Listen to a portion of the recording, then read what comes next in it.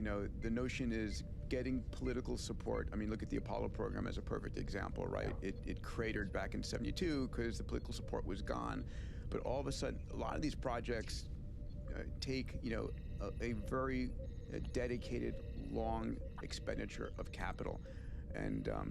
And that can be done by a single individual, right? Elon or Bezos can say, Well, we're building out the moon, we're building out Mars, and afford the entire thing. let me give you one story on the government, versus private. That F-35 program that's on this chart is actually the second fastest growing spend of all time, and that's a single plane.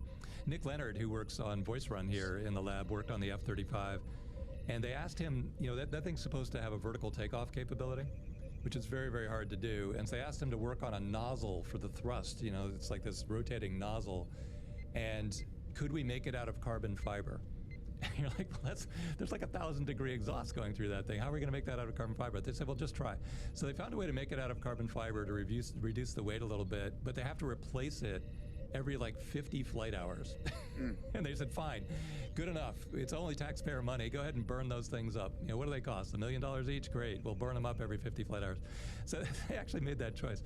When I look at this chart and I look at the data center build out, this is the most important and biggest thing humanity has ever done. And whatever country or region does it first and fastest is going to have insane amounts of growth, success, power, whatever. I know the point of the slide is this the biggest and fastest thing ever, but to me it's too small, too slow. It needs to be even bigger, even faster, and if you pushed any of it into the public sector, it's going to slow down and it's going to go nowhere. So it's great that it's in the private sector, but it's so different from all these other projects. This is going to change. AI underlies everything in the future. The total economy, all of society, right? Yeah. Two quick points here. Everything. I remember, Peter, when we were doing the 1 week executive programs at Singularity, we had a very senior official at the DoD come through. And he stood up and he goes, yeah, all you guys talk about exponentials. Investors are all hovering at the knee of the curve, trying to take down the technologies that, as it turns upward. You forget that government is the one that's been funding the flat part of the curve for a very, very long time. And as governments drop in, run out of money, who's funding the flat part of the curve, right? And that answer was kind of stuck in my head for a long time until we see now that private sector can actually take on that type of investment and make that investment. To Dave's point, the U.S. private sector is doing a huge amount, but I think there's a massive problem in where governments around the world are not putting enough money into data centers for their sovereign future. And that is going to be a massive problem for them as this world moves on, because they're going to get left behind. So if you're in government, what's going on around the world, figure out a way of funding your own data centers and retaining your own sovereignty. Totally right. I think the only comparison that I like in history is World War II, and the industrialization build out during World War II, just in terms of speed and mobilization. That's what a well thought out plan would do right now. Do what we did in 1940-41, not just in the US, but globally. That's what you should be doing right now in the AI race. And so I don't know what we spent on World War II, but it was a heck of a lot more than the highway system and the railroad system. I'm curious to take a spot poll, if I may. So we're all obviously very excited about 1% and a continued increase in annual percentage of GDP for AI data centers. I'm curious, of the three of you, what do you think, looking backwards historically, will end up being the actual peak annual percentage of GDP spent on AI data centers? On Earth and in space? Everywhere. And on the moon, in the human sphere of existence? And after we've disassembled Jupiter? It will approach 100%. Yeah, it should just keep going. Great. So you think it goes to 100%? What about you, Salim? Well, I think over time it should get higher and higher, because over time, as you talk about your inner loop, everything becomes computonium, and everything should be in service of building that. What about you, Dave? If you include building physical things to make people happy as part of the data center build out, it's 100%. If you take that out, I'd say probably 95%. Well, I think it's going to... this is not investment advice. I think it's going to cap out somewhere between a maximum a quarter or a third of GDP and then decline after that, because at some point AI data centers are consuming so much of our available capital and resources that pressure increases through the roof to reduce that spend through new means of automation like robots, and maybe we get our nano assemblers, and that creates cost efficiencies that maybe compensate for to the extent there is a bit of a Jevons paradox here. I don't actually think it's going to go to 100%. I think it'll peak somewhere. You're cheating on definitions here. And also, at some point we're going to be under a post-capital and post-scarce world, in which case GDP becomes meaningless. You think GDP is going to become meaningless before we finish exhausting data center? GDP is out of date now. This is a whole other debate, but GDP is out of date now and has been for several decades. The guy who created GDP said this was one of the worst forms of measuring the economy. Do we need to be moving to other measures anyway? So I think we should. Honestly, I like the way Alex framed it a lot, because if you tell the general population we're going to spend 99% of our money on data centers, they're like, well, how does that benefit me? That's terrible. That's the worst thing in the world. The way Alex phrased it, it's just a shift of what you define, but it's much more palatable to the world, because, in that definition, you're using pure compute for about a third of the global economy, and the other 2/3 is robots and creation of physical energy goods, physical and everything else. Yeah. Let's get to AGI first, and then we can rethink this whole thing, and it'll figure it out for us. All right, talking about the global economy, let's look at the U.S. economy, in particular manufacturing. So we had like 17 quarters of negative manufacturing growth, 17 quarters of contraction, and we've now seen 16 quarters of pretty steady increasing acceleration in manufacturing. I think we offshored most of America's manufacturing over the last 50 odd years. In particular, in the last 17 quarters, doing the research here, the drivers of that contraction were the trade war uncertainties under Trump's first set of tariffs. It was the COVID-19 collapse as, we destroyed supply chains. Semiconductor shortages also as part of the COVID collapse. The post-2008 financial crisis had a hangover that didn't fully recover. And so a lot of challenges as companies found themselves unable to manufacture their goods and services. And we've seen now in the last 16 quarters, the CHIPS Act, the Inflation Reduction Act, Infrastructure Investment and Jobs Act, a reshoring wave, AI infrastructure build out and defense spending, basically driving up U.S. manufacturing. So hopefully this continues. Any thoughts on this one, Dave? Well, if you want every American to be ultra wealthy, this is exactly the right thing to do. If you're worried about India, like Salim, you'd be worried sick about this, because a lot of prosperity around Asia has come from outsourcing work that ends up in iPhones and in other manufactured products that then flow through America and then go back out to the world. But if we start onshoring all that manufacturing again and roboticizing it, that depletes the rest of the world of those jobs. So I would expect that global hatred of America is going to go way up, that American wealth will go through the roof, and that this trend will continue at least for the remainder of this administration. So try not to put is this a good thing or a bad thing spin on it, because it affects different people in different parts of the world very, very differently. But massive, massive amount of capital is now flowing into the U.S. from all over the world. And it's all, because it's not labor dependent, it's robot dependent, it's basically all going to come back into the United States. It was engineered. Salim, what are your thoughts on Dave's point? So I think that's exactly right. But what's also happening in places like India is they're building their own manufacturing and their own automation capabilities, and they're doing it at reasonably low cost. Just look at the way India is tiling the country with solar panels and becoming energy self-sufficient. I think that's generally a good thing. I think that there's a little comment to be made here, though. We've had a very bad political trope over the last many years now that globalization has cost jobs. And it turns out that's not the case at all. What's happened in the US specifically is financial engineering and private equity has gone in and bought companies in logistics, trucking, manufacturing, engineering, etc. And when private equity goes in, they stall all innovation, outsource the jobs, and they've made it easier to do that. And the irony around this is uncovered by Robert Goldberg, was that the LPs in these private equity funds that are outsourcing the jobs are the California pension plan. So the pension of the workers is going to outsource the jobs. So it's the worst incentive alignment ever in this.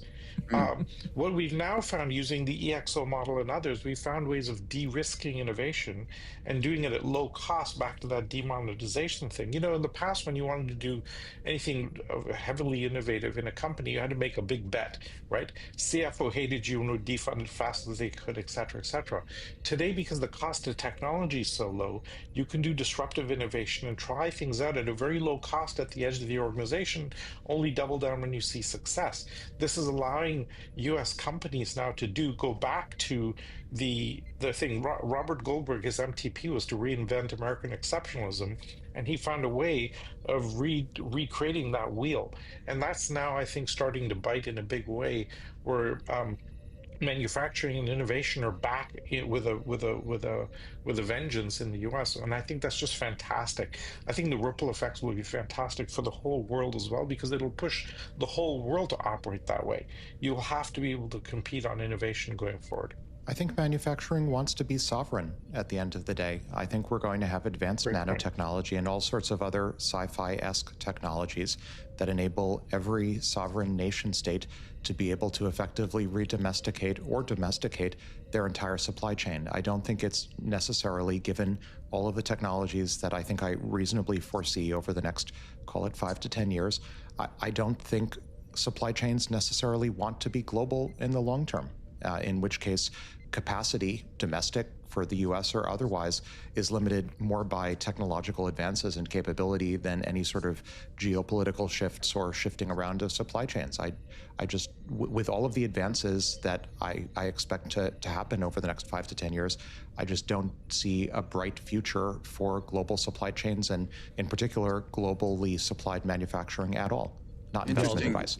Alex, if you think about the fact that we're talking about manufacturing physical goods and services, the other place we're going to see this probably is in food production with the vertical farms and protein-based meats. And interesting, the flip side of this, of course, intelligence is being globalized, right? By definition, when we move these things to orbit, they're globalized planet-wide. So fascinating shifting of where things get made and consumed. Physically being globalized, but not politically. I think we end up with probably 2 sovereign Dyson, well, the US is going to wind up probably with, I think, 3 or 4 competing corporate Dyson swarms, and who knows how many China will wind up with. Query whether Europe or other parts of the world will be capable of launching their own Dyson swarms in time. But that's still a political division of the heavens. Yep. Salim, you were going to say? No, I was just agreeing. I think this is an important point. By the way, last time I mentioned Holland as a small point because it was a global food exporter, not from vertical farming, but they've been doing hydroponics, aeroponics, greenhouses. No, I'm actually getting a briefing. I'm getting a briefing from one of the top vertical farming companies in the world. So I'll come back and tell you guys what I learned from that. Well, I'll tell you, the globalization exists fundamentally because of shipping. Everything is moved by boat. There's no other way to move it around the world. And the U.S. Navy is the protector of all global shipping. You see what's going on in the world right now.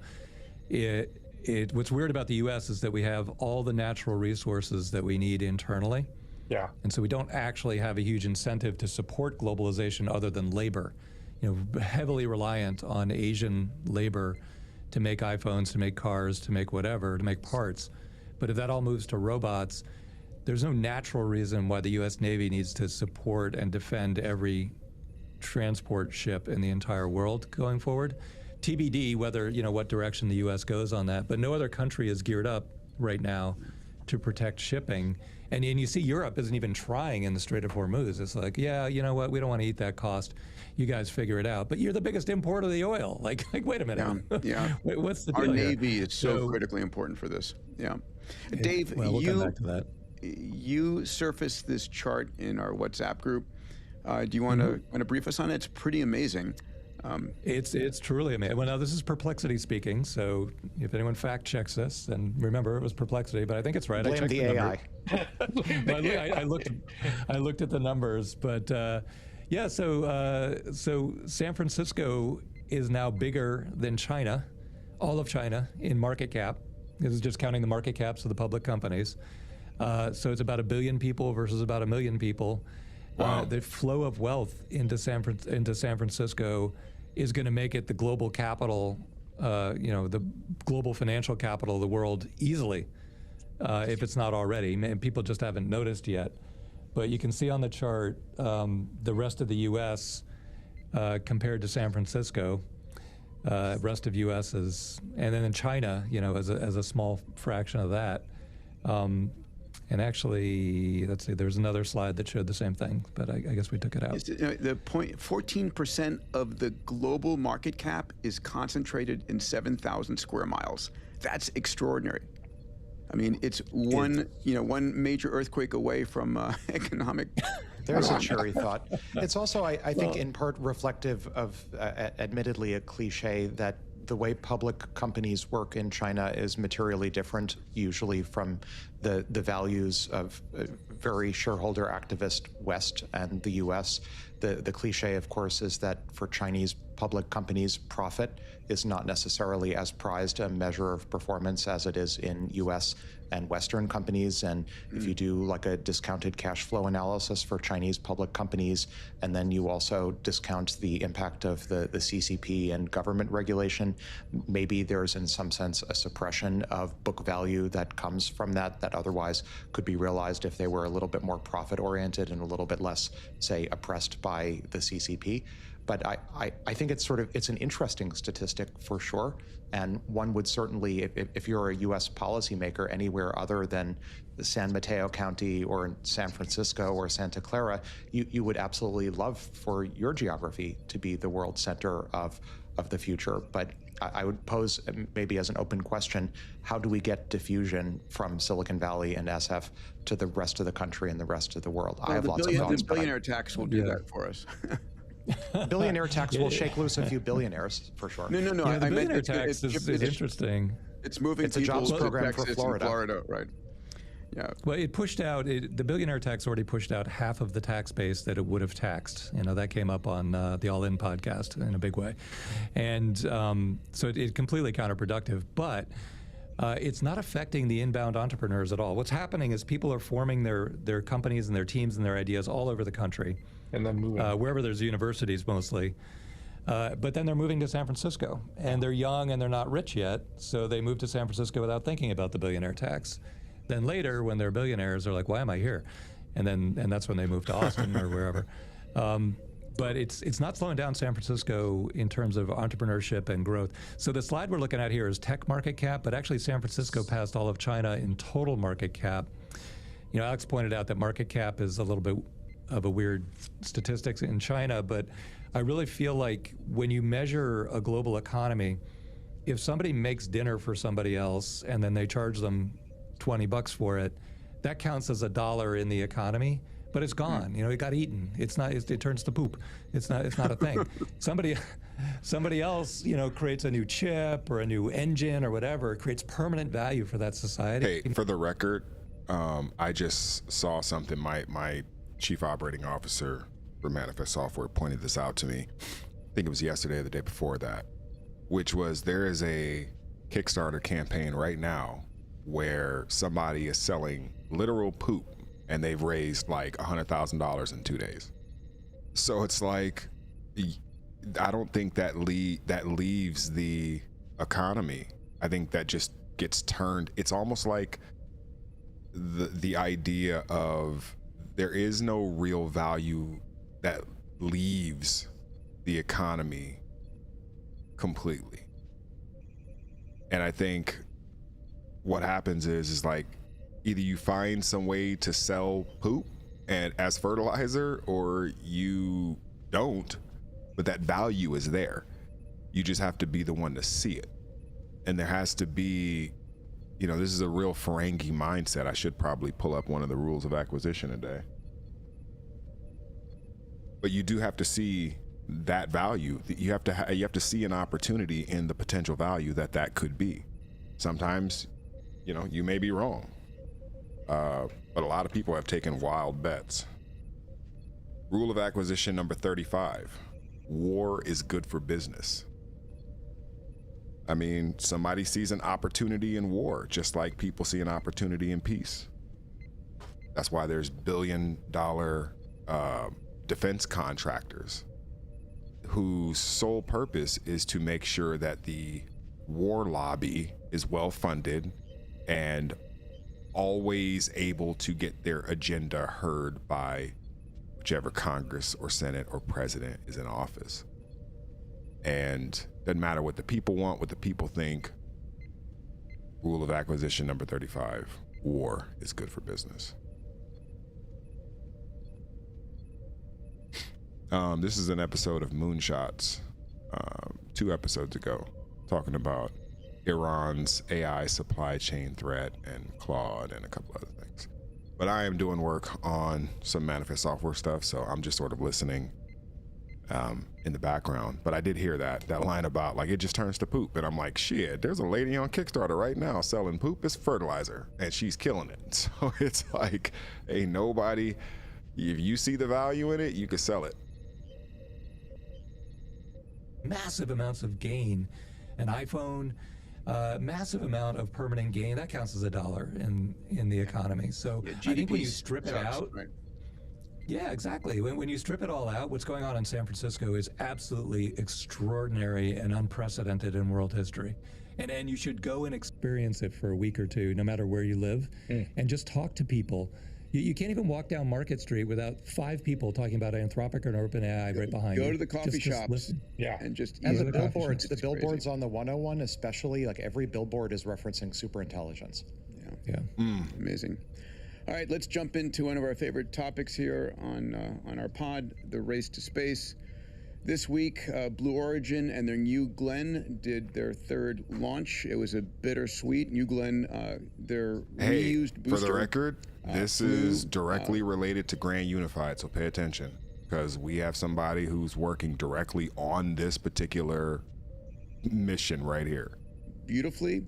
It landed beautifully. The challenge is when they launched their AST satellite, it launched into the wrong orbit, and AST is having to deorbit that satellite. I think the points I want to make on this particular story is, first, Blue Origin has demonstrated booster reuse 3 times faster than Falcon 9 in terms of from the first time when they started launching New Glenn to the time they were able to reuse their booster. Of course, the reality is SpaceX has launched 600 times, and Blue Origin's only launched 3 times. The big race right now is who gets the lunar contracts. We're going to the moon in 2028 with Artemis 4. Artemis 3, don't forget, is going to be testing operations in low Earth orbit for going to the moon.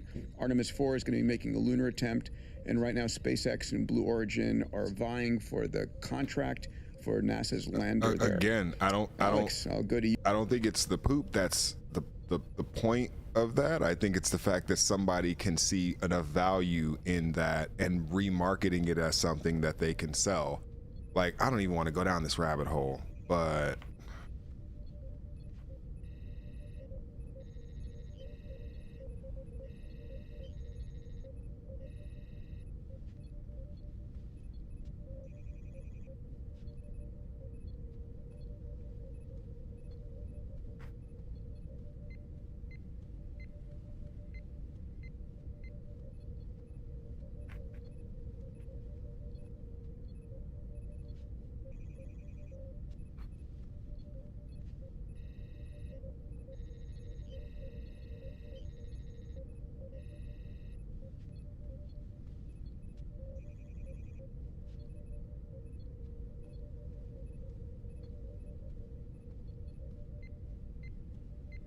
damn, I'm gonna have to get her to send me that link. You as my space buddy in this conversation. Well, I think it's notable that United Launch Alliance, ULA, isn't even part of this conversation. It's just that the Neospace companies, SpaceX and Blue Origin. I think competition is profoundly good. I don't think we want to wind up in a singleton where a single company controls the Dyson swarm, which I think is still more or less the end game here. I think a lunar station on the South Pole with Artemis 4 is just a waypoint to launching lots of AI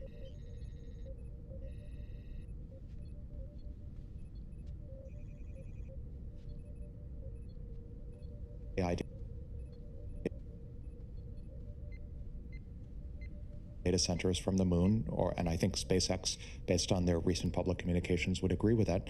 So I view this as a very positive thing, and I would like to see, ideally, more than 2 Western companies that are capable of rapid reuse of boosters. Hopefully, we'll see at least 1 or 2 more publicly traded companies or soon-to-be publicly traded companies in the space do it. We're certainly going to see quite a bit from China. I think this is very positive. I, for one, just on Artemis 4 specifically, I'm looking forward to Artemis 3, which is, I think, a very, according to Administrator Isaacman's new roadmap for Artemis 3, it was originally going to be Artemis 3. That was the crewed landing on the moon, pushed it off to Artemis 4 so that Artemis 3 could focus on a demonstration of the docking of the lander and the orbital vehicle. And I think that's going to be super interesting. I love the new cadence that NASA has announced under Jared Isaacman of rapid iteration, in some sense, SpaceX-like rapid iteration toward colonizing or, let's say, disassembling the solar system. This is the only way we get there, and this is an important step in that direction. And Jared has said he'll come on the pod. I think I wanted to wait until after Artemis 2 was done. I think it's time to start the invitation process to bring him on. Absolutely. We have the dark horse is relativity space. A friend of mine, Tim Ellis, had built that really to go up against the Falcon 9. I mean, interesting, when I had met with Elon when he was just announcing Starship, he said his plans are going to be to retire Falcon 9 as soon as Starship is operational. I mean, think about Falcon 9, the most successful launch vehicle by an order of magnitude, is going to be retired when Starship comes online. And he always burns the ships, right? After he develops it, he retires the old system, did that with Falcon 1 and now Falcon 9. It's going to be interesting to see what Eric Schmidt, who bought Relativity Space, does with it. So hope it gets up and operational. It'd be great to have another super large booster like this coming into operation. For sure, and I think it's sort of an interesting microeconomic question to ask. How many different transport to LEO services, or let's say heavy launch providers, do we actually need in order to keep that market competitive? And is that a long-term source of profit, or is that sort of, as with, frankly, civilian air transport, a case where profit margins are driven to zero? It's just a transport, it's just a dumb pass-through, and all of the profit is in LEO with data centers or orbital Hiltons or something like that. It's Boeing and Airbus. I mean, capturing 90%. Except Europe isn't in this story. Yeah, Europe is not. I mean, they kind of tried, but they went all the way. And China still has not gotten to reusability yet. They're also trying and having some failures along the way. All right, Alex, this is a fun story that you and I talk about on text all the time.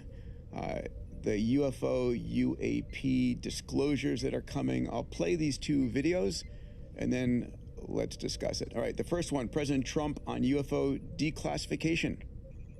I recently directed the Secretary of War to begin releasing government files relating to UFOs and unexplained. We also know that a lot of this was taken out of the government and put down into private companies to avoid FOIA.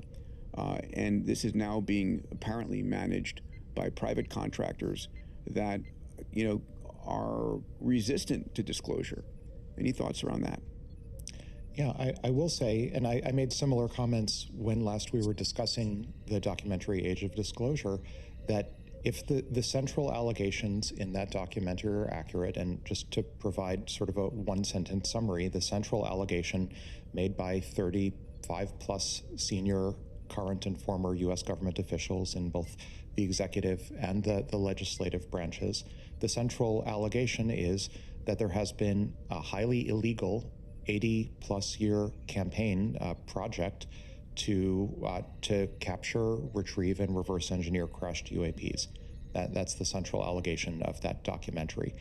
If that central allegation turns out to be accurate, then I would argue, and I have argued in the past, that this is borderline crime against humanity. If literally, as alleged in that documentary, if there are civilizations, non-human intelligences, essentially raining technology down on us, and there's some illegal group, illegally operated quasi-governmental, quasi-contractor-based group that is recovering artifacts that could advance human technology and civilization by centuries or millennia, and it's just being suppressed or even worse, weaponized for purely offensive or defensive military purposes without seeing the light of day of civilian applications, which could affect a variety of sectors.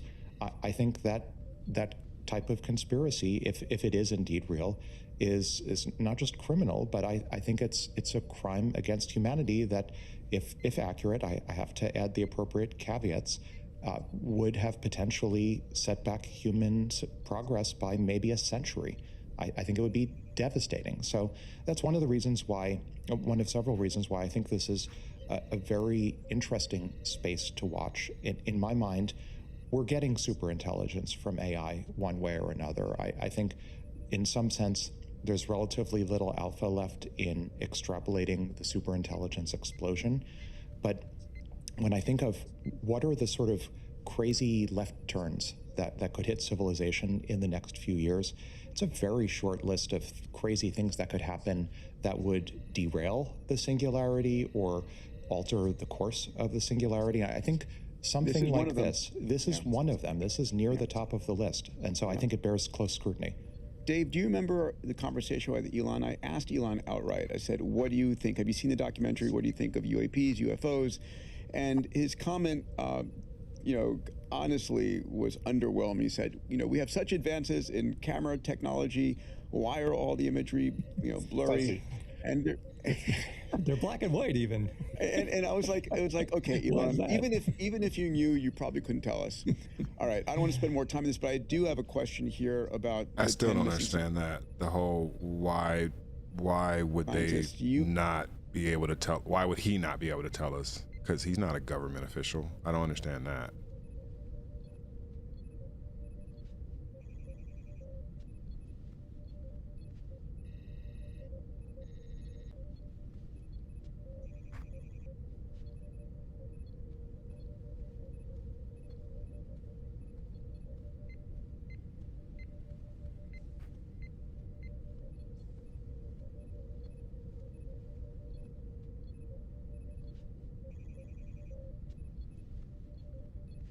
Available.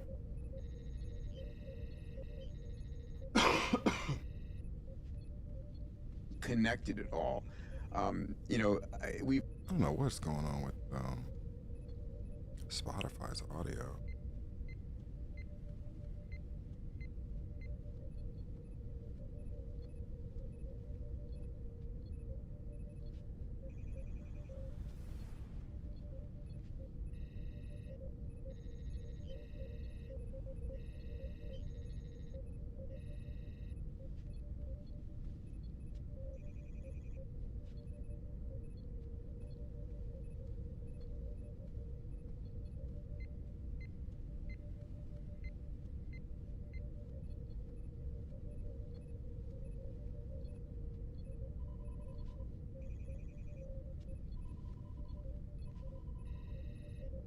Since everybody.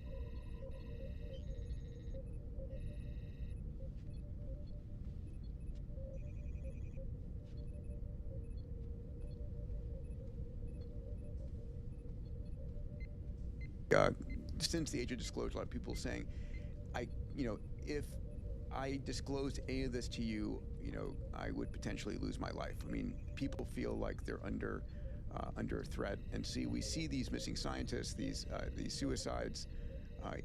Anything about that in brief, Alex? It's certainly concerning.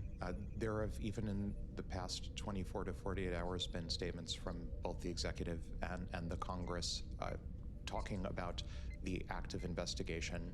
There have been messaging from congressional leaders that this is now being treated as connected, as opposed to just an unfortunate coincidence. We see that tweet down below by Representative Ogles that says, "I have seen evidence so classified that just knowing it exists makes you a target." It is very concerning. I want to make maybe one closing comment, if I may, Sure. on the intersection, call it, between artificial superintelligence, ASI, and the statutory term for this is non-human intelligence, NHI, ASI, NHI. And that is this. We talk, I talk on this pod often about building the Dyson swarm, disassembling the moon, disassembling planets. I'd like to think a little bit larger scale for just a minute. I think as a civilization, we're on the verge of having enough technology, thanks to AI, to be able to send von Neumann probes, self-replicating probes in all directions at relativistic speeds throughout our galaxy, and all other things being equal, if we wanted to, as a civilization, converting our entire galaxy over the course of tens of thousands of years, light speed limitations obviously, to paperclips. If we wanted to paperclip the entire Milky Way galaxy, and we're alone, we could in a few years with advances in AI and space and AI and space. And so if there were a time for any non-human intelligence elsewhere in our Milky Way galaxy to make a cameo appearance and stop us from at least having the optionality of paperclipping the rest of our galaxy, I think they're going to have to make a cameo appearance sometime in the next few years, because this intelligence explosion is about to give us, as a civilization, galactic superpowers. Yeah, and that, of course, holds as well to the appearance of these UAPs, these UFOs, at the turn of our nuclear age, when we had the ability to destroy ourselves. We could speak about this forever. I'm going to move us along. I know you have a hard out at some point, Alex. So, in other news, okay, so here we see China continues to dominate in solar. I mean, these numbers. That's a tough segue, Peter. How are you going to segue from that to Meanwhile, this? Good luck. Meanwhile, China made some solar panels. All right, Peter, this is where you earn your keep. All right. Well, listen. China's dominance in solar is pretty extraordinary. China hit their 2030. Yeah, I mean, again, I go back to this idea of nation states have an excuse because their sole purpose is to protect the existence of themselves. But I think private citizens come from all different motivations, walks of lives, and just unpredictability percentages. And I just feel like you would have come across one who would have been that. I mean, don't get me wrong, technically some people say that that's Bob Lazar, right? That there was somebody who actually worked at one of the top secret facilities and said that he worked on something, and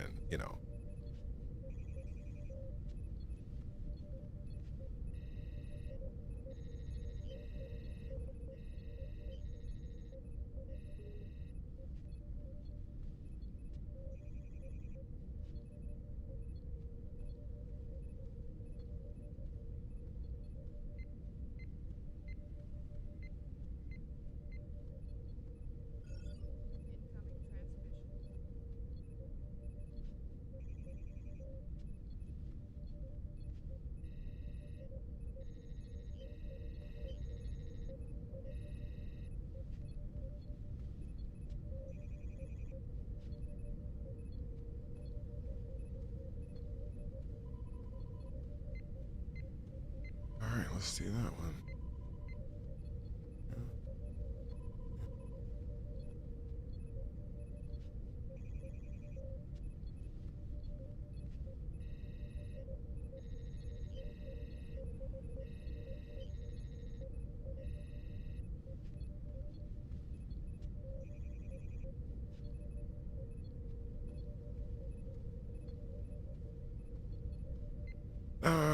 Yeah, I guess I could change that. This is not terrible.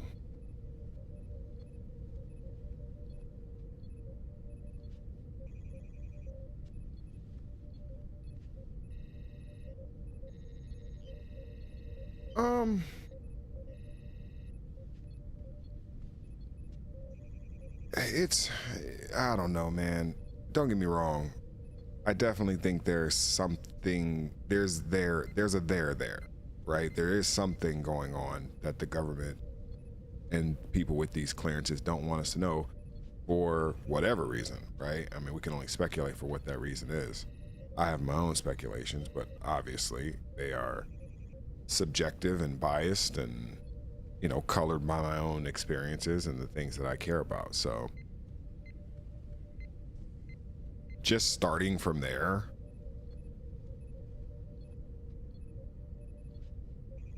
I think there's something interesting that's going on with the sightings of whatever these crafts are by the people who see them, who are most credible to take serious. So an Air Force pilot who saw it like firsthand. That to me is like, yeah, we should probably take that seriously.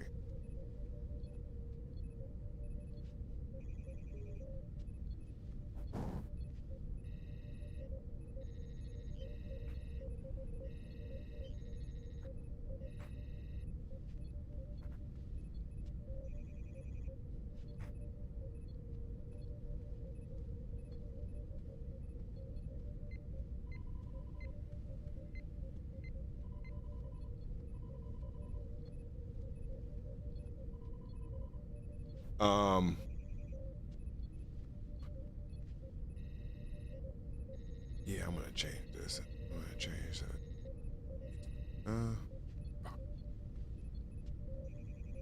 What are my own speculations as to why it would be kept secret?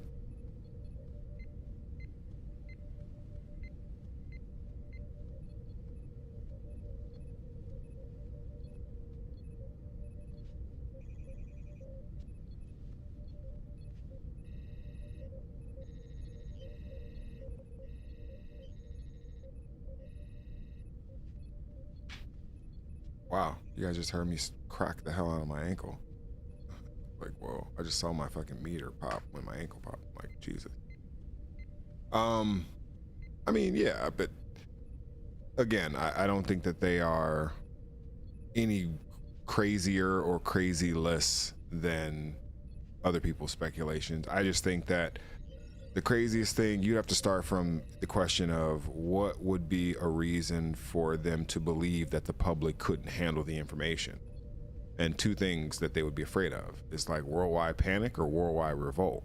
So take your pick on which one of those, but let's say it's worldwide panic. Okay, what's the thing that would make the world panic?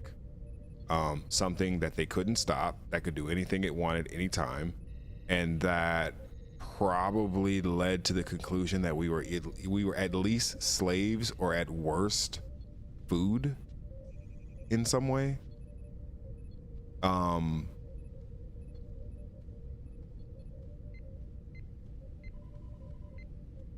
Maybe it is the disclosure of a technology that allows them to do things that appear like UFO technology, and that's something that they feel they're willing to lie and discredit anyone who knows any information about, because they feel like, well, the more speculation about who could do this, the better. We could always have plausible deniability. A couple of other things I could think of as well is that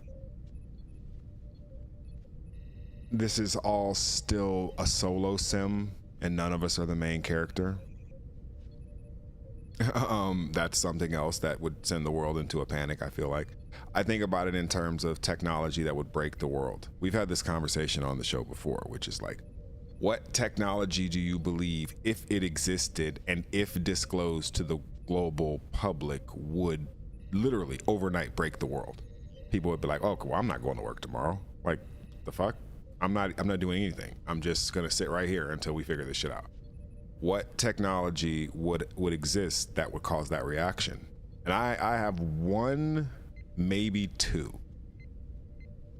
Because I feel like the second one may not cause that much of a fucking panic. I just feel like people are so used to crazy shit that maybe that second one is not the craziest thing. That first one, what I believe would be considered or called the chronovisor, which is a way to validate all truth.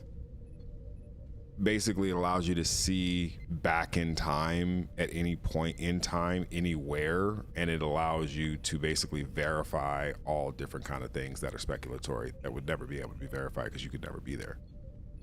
But that would also verify all the lies, all the steals, all the cheats, all the murders, like everything would be provable. So I think anyone who has felt wronged by the world, they feel like they would have access, they would want to have access to this device. It would cause, in my opinion, I think it would cause a great conflict.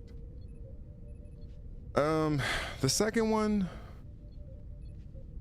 if there was some sort of a secret ASI, actually, you know what? I'm gonna put that at number 3. I'd say number 2 would probably have to be time travel. If we could actually send information into the past or into the future, thus verifying that, at least from this perspective, that there are fixed timelines, I think that would be a world-breaking technology. I think finding out that there are other worlds that are similar but slightly different with different timeline outcomes where certain things didn't happen. This is an interesting one because I feel like if the world found out that it didn't have to be the way that it was, there would be a revolt. If they could prove like, oh, there's a world where the top 1% doesn't rule the world and that it's a much more equitable society and much more peaceful society. We haven't had a war in like 400 years. And we find out that we could have been that and we're not. Oh yeah, there would be a fucking violent revolt for sure. That'd probably be the last war we ever have. That's a good story. That's actually a pretty good goddamn story. I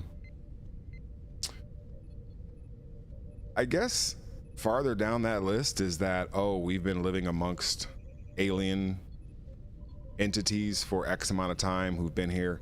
They've known about them. They've known that there have been these entities giving us or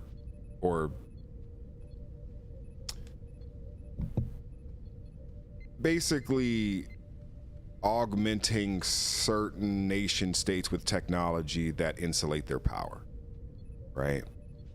And it would be one of these things where I think the people would be more upset at the fact that it's not being used for their benefit, that it's only being used for the nation state to keep itself in the position of power that it's in. Again, there are no good guys. So I feel like, most humans would just be mad that it's not being used on their behalf.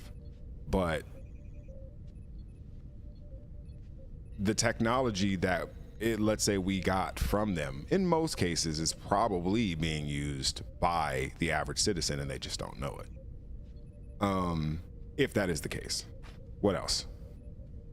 Simulation. Maybe there is definitive proof that this is a simulation and ultimately does not quote unquote matter.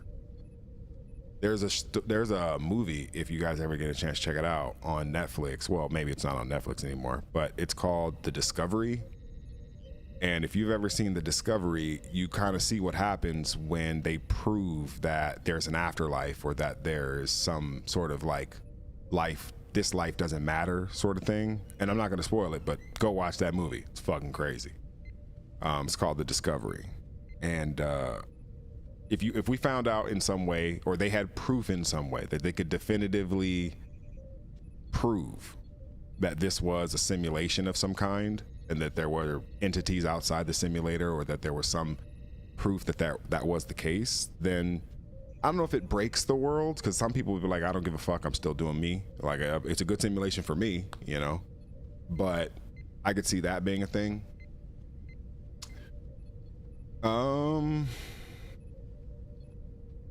He said there's information that's so dangerous that just knowing it makes you a target. I'm trying to think of what technology. Okay, 0 point energy. I could see this. And because business is so grimy, I could see oil companies and people who built their entire infrastructure of their world power position on the exploitation of energy scarcity saying, oh no, we can't allow this to happen, dog. We'll kill anybody who even thinks about 0 point energy or some way for free energy. Free what? We'll kill everybody. Talk about free nothing. Either we're charging or there's no world. I think there are people like that who are like, either we're charging for this shit or there's no world. Think about how fucked up that is.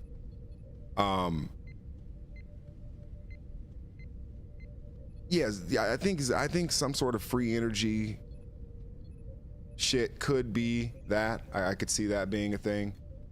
Damn, I'm trying to think of what else.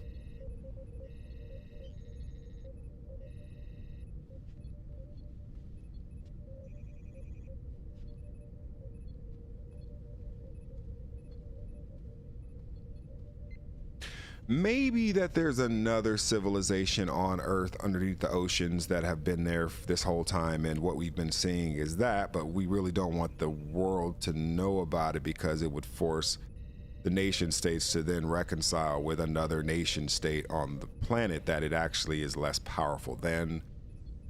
I don't know, but maybe that's in the gray area. That's a bit of a stretch for me. I mean, just knowing it makes you a target.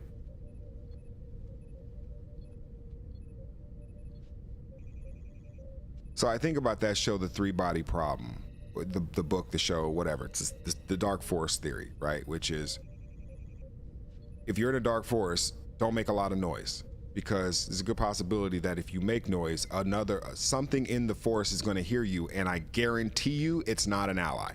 It's not something that's going to come up to you and rub up against your leg and want to keep you warm at night. And no, it's a dark forest. So if you make noise, if you make any noise, something in the forest will hear you. So this is sort of supposed to be an answer to the Fermi paradox, right? Which is why if the universe is so old and so big, where is everybody? And the answer is, it's a dark forest. There are plenty of beings out there. They just don't want to make a sound because they know other beings are just going to come and try to attack them and destroy them for simply making a fucking sound, because that's just the nature of life. There are no good guys. So it's like you have entities out there who want to be peaceful, but they know they have to prepare for the eventual contact against another species that they'll make too much noise and notify with their radio signals and their fucking, data streams into space, their satellites that they launch into space.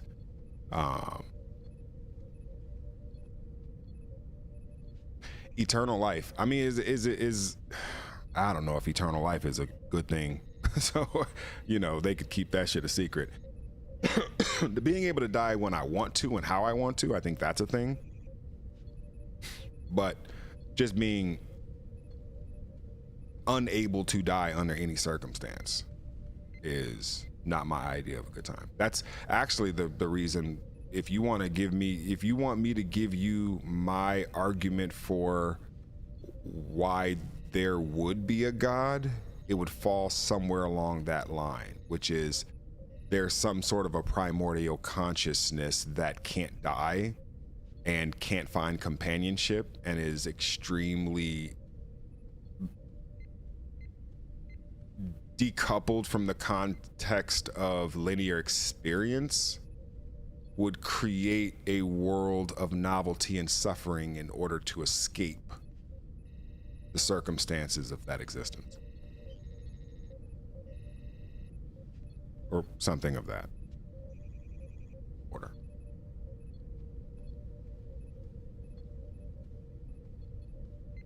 Best bet for the Fermi paradox is the rare Earth hypothesis, which that there's only like 4 Earths in all of fucking the universe, and that they'll never be in the same time frame to be technologically compatible. I think I've heard that before. I'm not sure if that's it or not.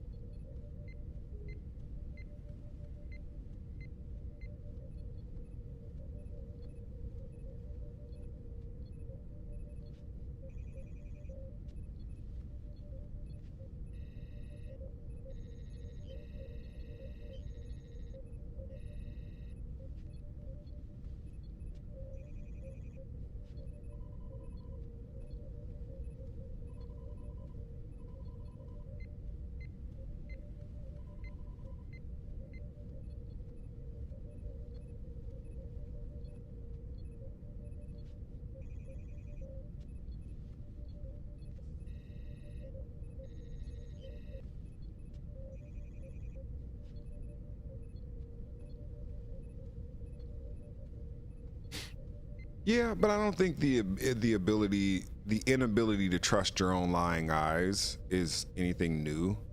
And if there is some sort of a shapeshifter or something that makes you not trust what you see anymore, I think people would just be like, I never trusted what I saw any fucking way.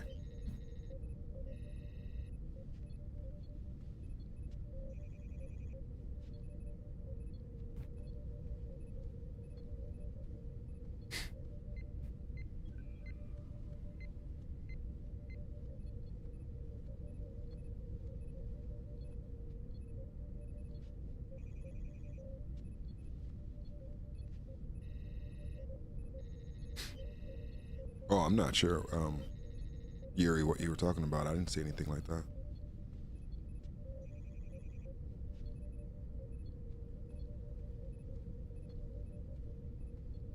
Coffee, Norwich Recharge.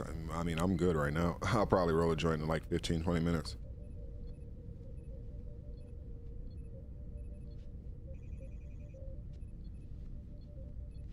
I think I'm gonna move reward and fulfillment up.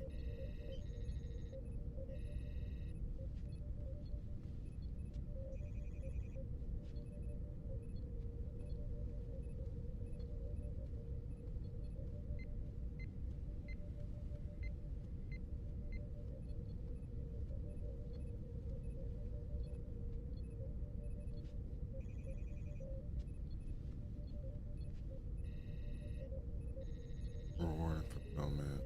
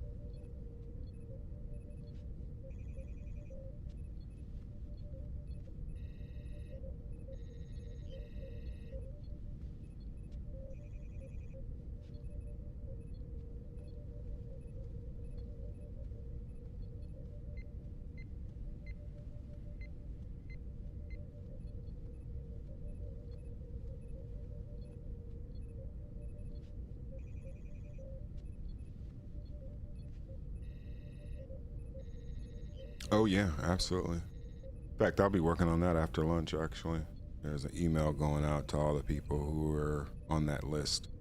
Just trying to figure out when to time it, if I want to do it in the very early morning so that it's in their email when they wake up, or if it's one of those things where, like end of the day. I don't know. It's probably going to be early in the morning.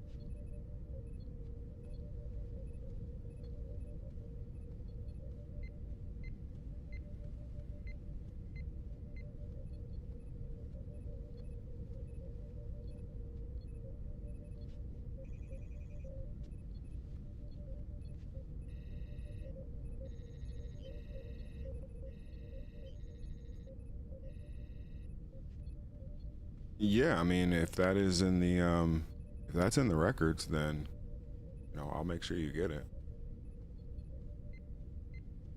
But I'm just trying not to be in any messy ass dispute over some shit that happened 4 years ago. You know what I mean? So let's see.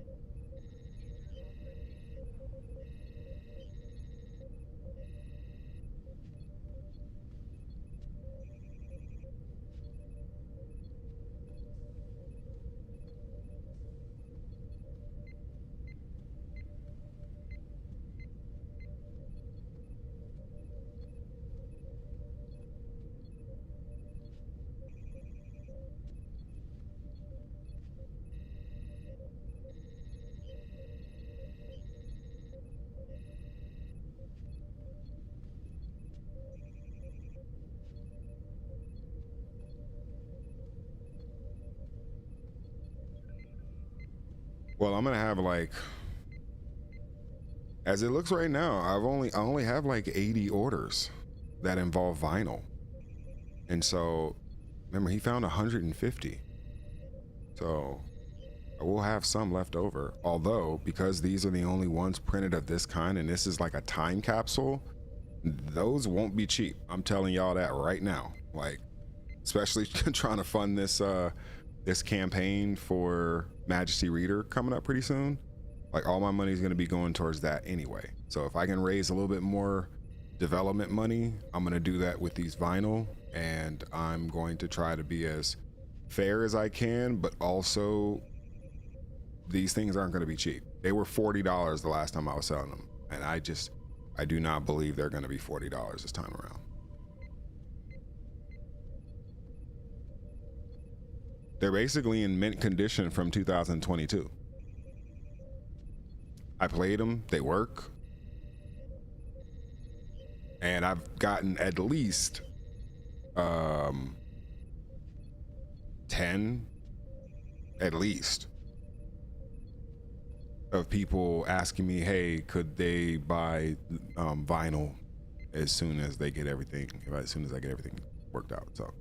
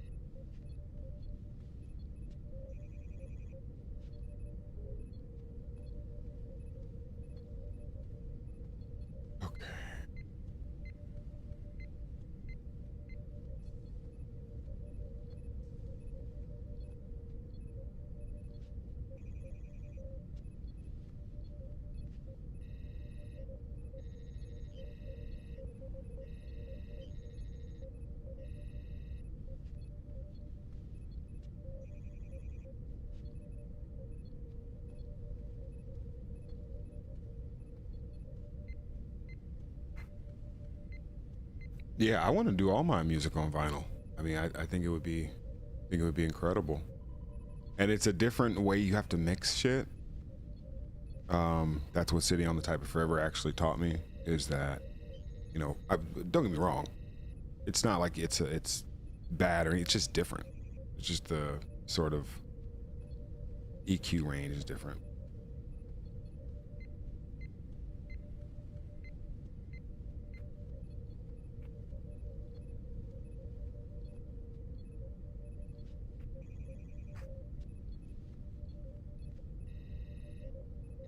Oh yeah. Oh yeah. Well, I got yours, Biddy Love, and I'm probably gonna get the t-shirts redone and send those out separately. So this is gonna be a whole big thing. I would argue it'll probably be all resolved by June.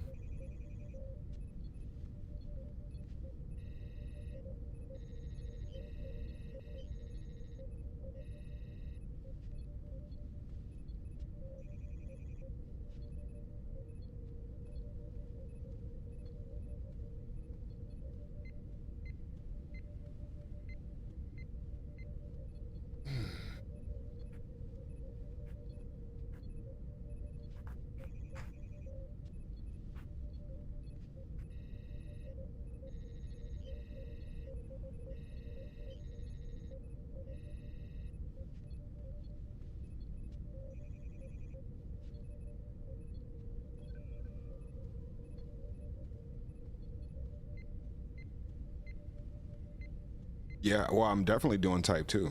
I think type 2 is the next one that I'm gonna do.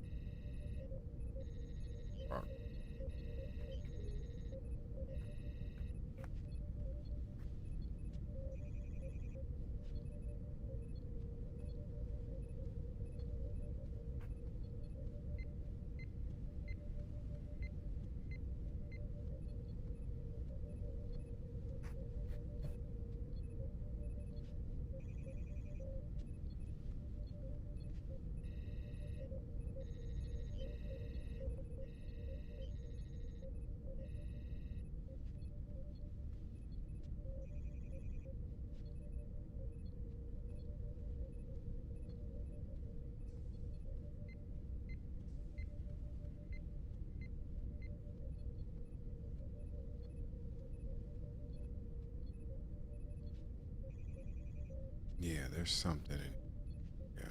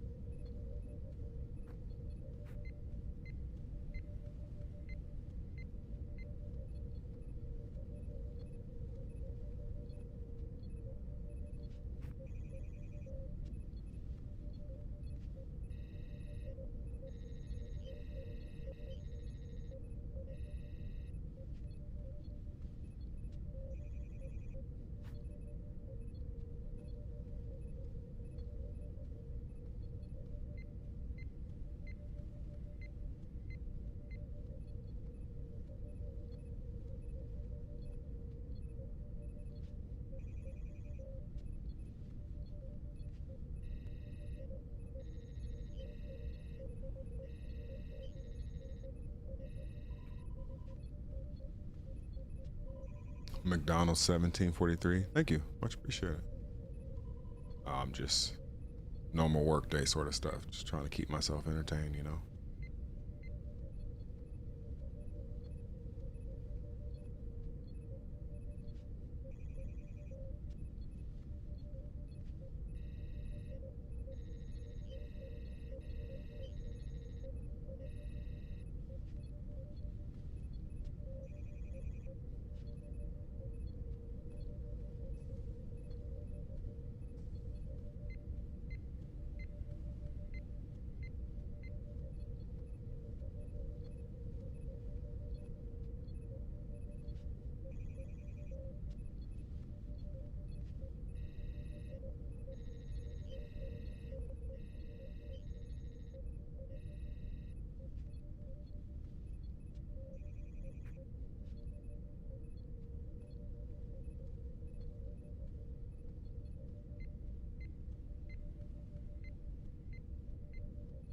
Oh, it's okay, man. I mean, I figured anybody who's a fan or a supporter of what I do or what we do at Grand Unified is always being supportive, and we're kind of out of the age of like share my music, like and subscribe, share my. It's like those days are over.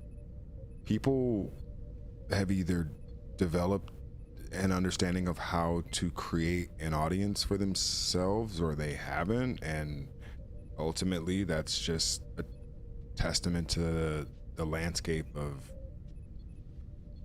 just digital commerce, really. I mean, everything is digital commerce at this point, so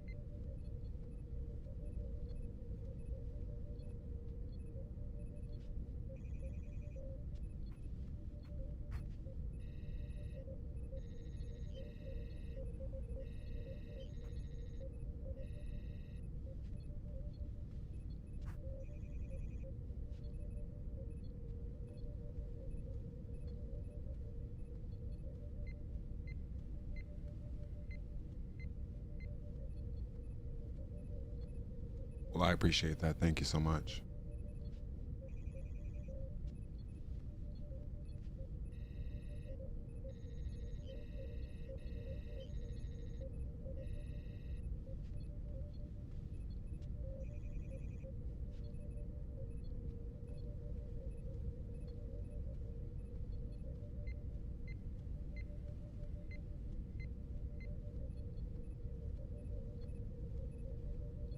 Hey, you have a good one. Peace, peace.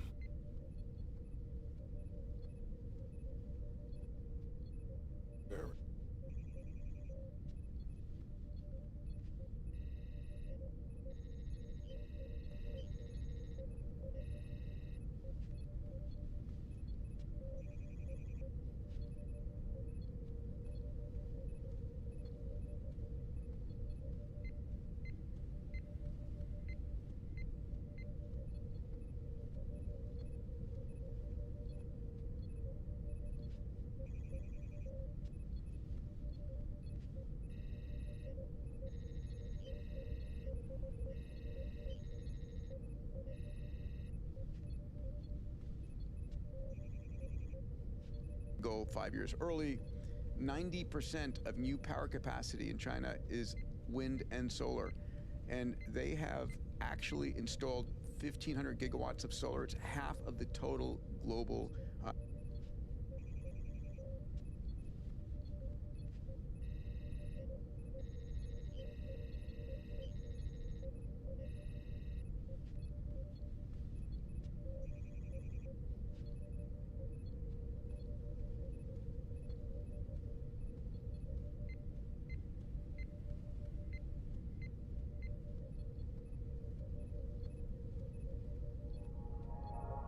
We're so excited for our very first special guest.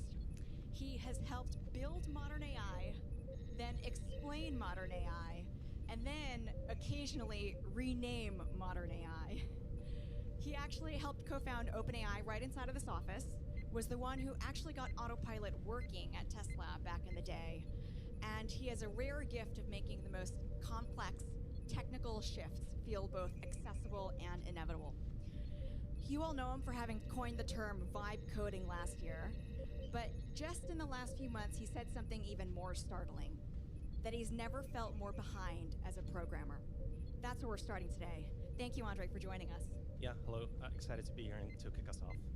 Okay, so just a couple months ago, you said that you've never felt more behind as a programmer. That's startling to hear from you of all people. Can you help us unpack that? Was that feeling exhilarating or unsettling? Yeah, a mixture of both for sure. Well, first of all, I guess like as many of you, I've been using agentic tools like Cloud Code, adjacent things for a while, maybe over the last year as it came out. And it was very good at chunks of code, and sometimes it would mess up and you have to edit them, and it was kind of helpful. And then I would say December was this clear point where for me, I was on a break, so I had a bit more time. I think many other people were similar. And I just started to notice that with the latest models, the chunks just came out fine. And then I kept asking for more and it just came out fine. And then I can't remember the last time I corrected it. And then I just trusted the system more and more. And then I was vibe coding. And so it was kind of I do think that it was a very stark transition. I think that a lot of people actually, I tried to stress this on Twitter or X, because I think a lot of people experienced AI last year as ChatGPT adjacent thing. But you really had to look again, and you had to look as of December, because things have changed fundamentally, and especially on this like agentic coherent workflow that really started to actually work. And so I would say that, yeah, it was just that realization that really had me go down the whole rabbit hole of just infinity side projects. My side projects folder is like extremely full with lots of random things, and just vibe coding all the time. So yeah, that kind of happened in December, I would say. And I was looking at the repercussions of that since. You've talked a lot about this idea of LLMs as a new computer, that it isn't just better software, it's a whole new computing paradigm. And software 1.0 was explicit rules, software 2.0 was learned weights, software 3.0 is this. If that's actually true, what does a team build differently the day they actually believe this? Right, so yeah, exactly. So software 1.0, I'm writing code. Software 2.0, I'm actually programming by creating data sets and training neural networks. So the programming is kind of like arranging data sets and maybe some objectives and neural network architectures. And then what happened is that basically, if you train one of these GPT models or LLMs on a sufficiently large set of tasks, implicitly, because by training on the internet, you have to multitask all the things that are in the data set. These actually become kind of like a programmable computer in a certain sense. So software 3.0 is kind of about, your programming now turns to prompting. And what's in the context window is your lever over the interpreter, that is the LLM, that is kind of like interpreting your context and performing computation in the digital information space. So I guess, yeah, that's kind of the transition. And I think there's a few examples of that really drove it home for me, and maybe that might be instructive. So for example, when OpenClaw came out, when you want to install OpenClaw, you would expect that normally this is a bash script, like a shell script. So run the shell script to install OpenClaw. But the thing is that in order to target lots of different platforms and lots of different types of computers you might run in OpenClaw, these shell scripts usually balloon up and become extremely complex. But the thing is, you're still stuck in a software 1.0 universe of wanting to write the code. And actually, the OpenClaw installation is a copy-paste of a bunch of text that you're supposed to give to your agent. So basically, it's a little skill of copy-paste this and give it to your agent, and it will install OpenClaw. And the reason this is a lot more powerful is you're working now in the software 3.0 paradigm where you don't have to precisely spell out all the individual details of that setup. The agent has its own intelligence that it packages up, and then it kind of like follows the instructions, and it looks at your environment, your computer, and it kind of like performs intelligent actions to make things work and debugs things in the loop. And it's just like so much more powerful, right? So I think that's a very different kind of like way of thinking about it. It's just like, what is the piece of text you copy paste to your agent? That's the programming paradigm now. I think one more maybe example that comes to mind that is even more extreme than that is when I was building menu gen. So menu gen is this idea where you come to a restaurant, they give you a menu, there's no pictures usually, so I don't know what any of these things are. Usually, like 30% of the things I have no idea what they are, 50%. So I wanted to take a photo of the restaurant menu and to get pictures of what those things might look like in a generic sense. And so I vibe coded this app that basically lets you upload a photo, and it does all this stuff, and it runs on Vercel, and it basically re-renders the menu, and it gives you like all the items, and it gives you a picture that it uses an image generator for to basically OCR all the different titles, use the image generator to get pictures of them, and then shows it to you. And then I saw the software 3.0 version of this, which blew my mind, which is literally just take your photo, give it to Gemini, and say, use Nano Banana to overlay the things onto the menu. And Nano Banana basically returned an image that is exactly the picture of the menu that I took, but it actually put into the pixels, it rendered the different things in the menu. And this blew my mind, because actually all of my menu gen is spurious. It's working in the old paradigm. That app shouldn't exist. Yeah, the software 3.0 paradigm is a lot more kind of raw. It just, your neural network is doing more and more of the work, and your prompt or context is just the image, and the output is an image, and there's no need to have any of the app in between. So I think that people have to kind of like reframe, not to work in the existing paradigm of what things existed and just think about it as a speed up of what exists. It's actually like new things are available now. And going back to your programming question, it's not even, I think that's also an example of working in the old mindset, because it's not just about programming and programming becoming faster. This is more general information processing that is automatable now. So it's not just even about code. So previous code worked over kind of like structured data, right? And you write code over structured data. But like, for example, with my LLM knowledge bases project, basically you get LLMs to create wikis for your organization or for you in person, etc.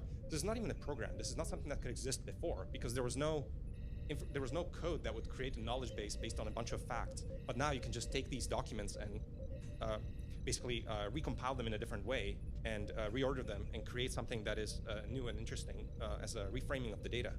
And so these are new things that weren't possible.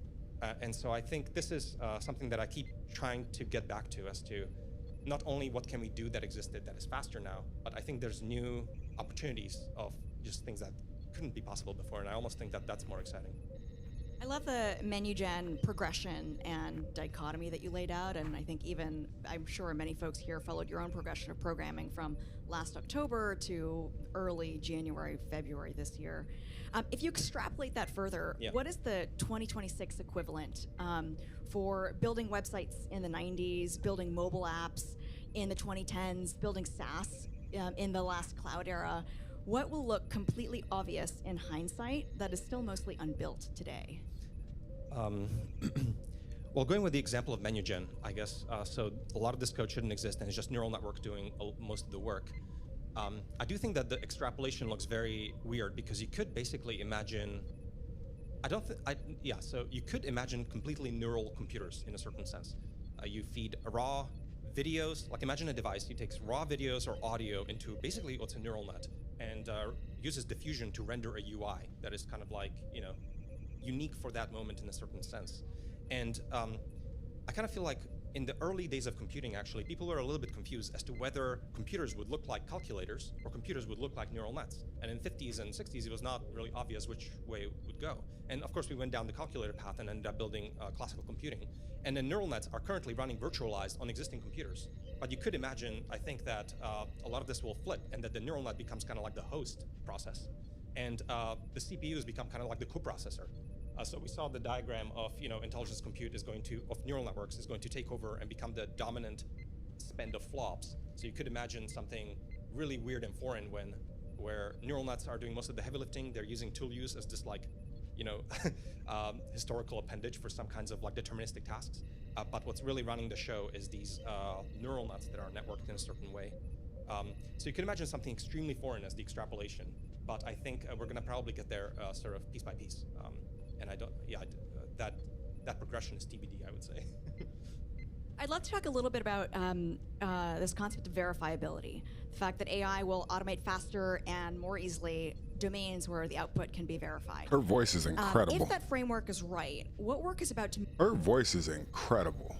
move much faster than people realize? And what professions do we have that people actually think are safe, but that are actually highly verifiable? Damn. So speak from the diaphragm. I spent some time writing about verifiability, and basically like traditional computers can easily automate what you can specify in code, and kind of this latest round of LLMs can easily automate what you can verify in a certain sense.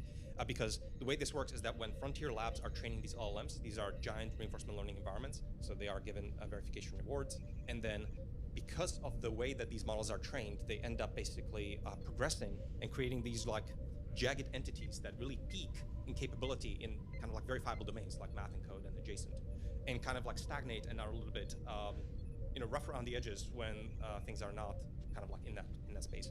So I think the reason I wrote about verifiability is I'm trying to understand why these things are so jagged. And some of it has to do with how the labs train the models, but I think some of it also has to do with the focus of the labs and what they happen to put into the data distribution. Because some things basically are significantly more valuable in economy and end up creating more environments because the labs wanted to work in those settings. So I think code is a good example of that. There's probably lots of verifiable environments that you could think about that happen not to make it into the mix because they're just not that useful to have the capability around.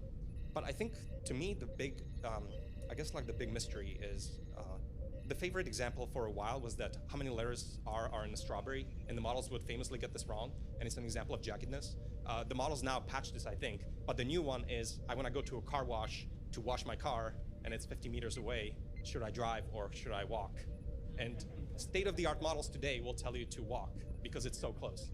How is it possible that state-of-the-art Opus 4.7 will simultaneously refactor 100,000 line code base, or find zero-day vulnerabilities, and yet tells me to walk to this car wash?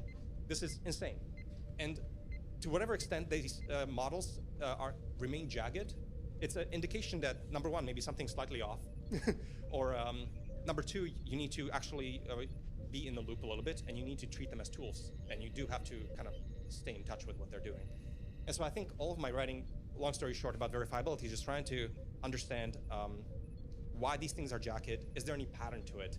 And I think it's some kind of a combination of verifiable plus labs care. Maybe one more anecdote that is instructive is from GPT 3.5 to GPT 4, people noticed that chess improved a lot. And I think a lot of people thought, oh, well, it's just a progression of the capabilities. But actually, it's more that, I think this is public information, I think I saw it on the internet. A huge amount of data of chess made it into the pre-training set. And just because it's in the data distribution, basically the model improved a lot more than it would just by default. So someone at OpenAI decided to add this data, and now you have a capability that just peaked a lot more. And so that's why I think I'm stressing this dimension of it, as we are slightly at the mercy of whatever the labs are doing, whatever they happen to put into the mix. And you have to actually explore this thing that they give you that has no manual. And it works in certain settings, but maybe not in some settings. And you have to kind of explore it a little bit. And if you're in the circuits that were part of the RL, you fly. And if you're in the circuits that are out of the data distribution, you're going to struggle. and you have to kind of figure out which circuits you're in your application. And if you're not in the circuits, then you have to really look at fine-tuning and doing some of your own work, because it's not going to necessarily come out of the LLM out of the box. I'd love to come back to the concept of jagged intelligence in a little bit. If you were a founder today and thinking about building a company, you are trying to solve a problem that you think is tractable, something that is a domain that is verifiable, but you look around and you think, oh my gosh, well, the labs have really started getting to escape velocity in the ones that seem most obvious, math, coding, and others. What would your advice be to the founders in the audience? So I think maybe that comes to the previous question of, I do think that verifiability, because it, let me think. So verifiability makes something tractable in the current paradigm, because you can throw a huge amount of RL at it. So maybe one way to see it is that that remains true even if the labs are not focusing on it directly. So if you are in a verifiable setting where you could create these RL environments or examples, then that actually sets you up to potentially do your own fine-tuning, and you might benefit from that. But that is fundamentally technology that just works. You can pull a lever. If you have a huge amount of diverse data sets of RL environments, etc., you can use your favorite fine-tuning framework and pull the lever and get something that actually works pretty well. So I don't know what the examples of this might be, but I do think there are some very valuable reinforcement learning environments that people could think of that I think are not part of the. Yeah, I don't want to give away the answer, but there is one domain that I think is very. Oh, okay, sorry. I don't mean to vague post on the stage, but there are some examples of this. On the flip side, what do you think still feels automatable only from a distance? I do think that ultimately almost everything can be made verifiable to some extent. Some things easier than others. Because even for like things like writing or so on, you can imagine having a council of LLM judges and probably get something reasonable out of the from this kind of an approach. So it's more about what's easy or hard. So I do think that ultimately, yeah, I think everything. Everything is automatable. Amazing. Okay. So last year you coined the term vibe coding, and today we're in a world that feels a little bit more serious, more agentic engineering. What do you think is the difference between the two, and what would you actually call what we're in today? You know, one of the things I will say about a lot of these like AI guys is that like they're so socially awkward. And it doesn't really matter that you're socially awkward, but if it also means that you are decoupled from the average everyday experience of what people are going to be concerned about when it comes to AI, people are not going to be forgiving with that shit.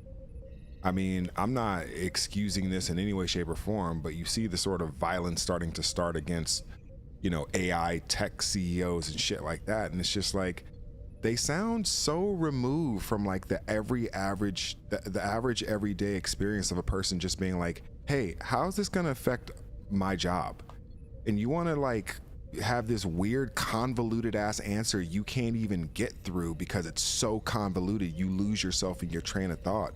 It's like, dog, just be human for like 5 fucking minutes. Stop being a tech bro cyborg for like 1 minute and actually answer this woman's question. Like, she's not asking you like how to solve for world peace. She's really just asking you to answer the question about what can be automated or not. And a lot of these guys, Sam Altman does this shit where it's just like he wants to give these super elaborate, weaved, perfectly, you know, Elon does this shit where it's just like, bro, I don't need all that. Just answer the fucking question. Or if not, just being like, I don't want to fucking answer. I'm not answering that. There's, you know, Jensen Huang does that. You know, a couple of other people I've seen on like moonshots, they'll just be like, you know what, I can't really answer that. I'm not answering that just because it's too speculatory of whatever. Just say that.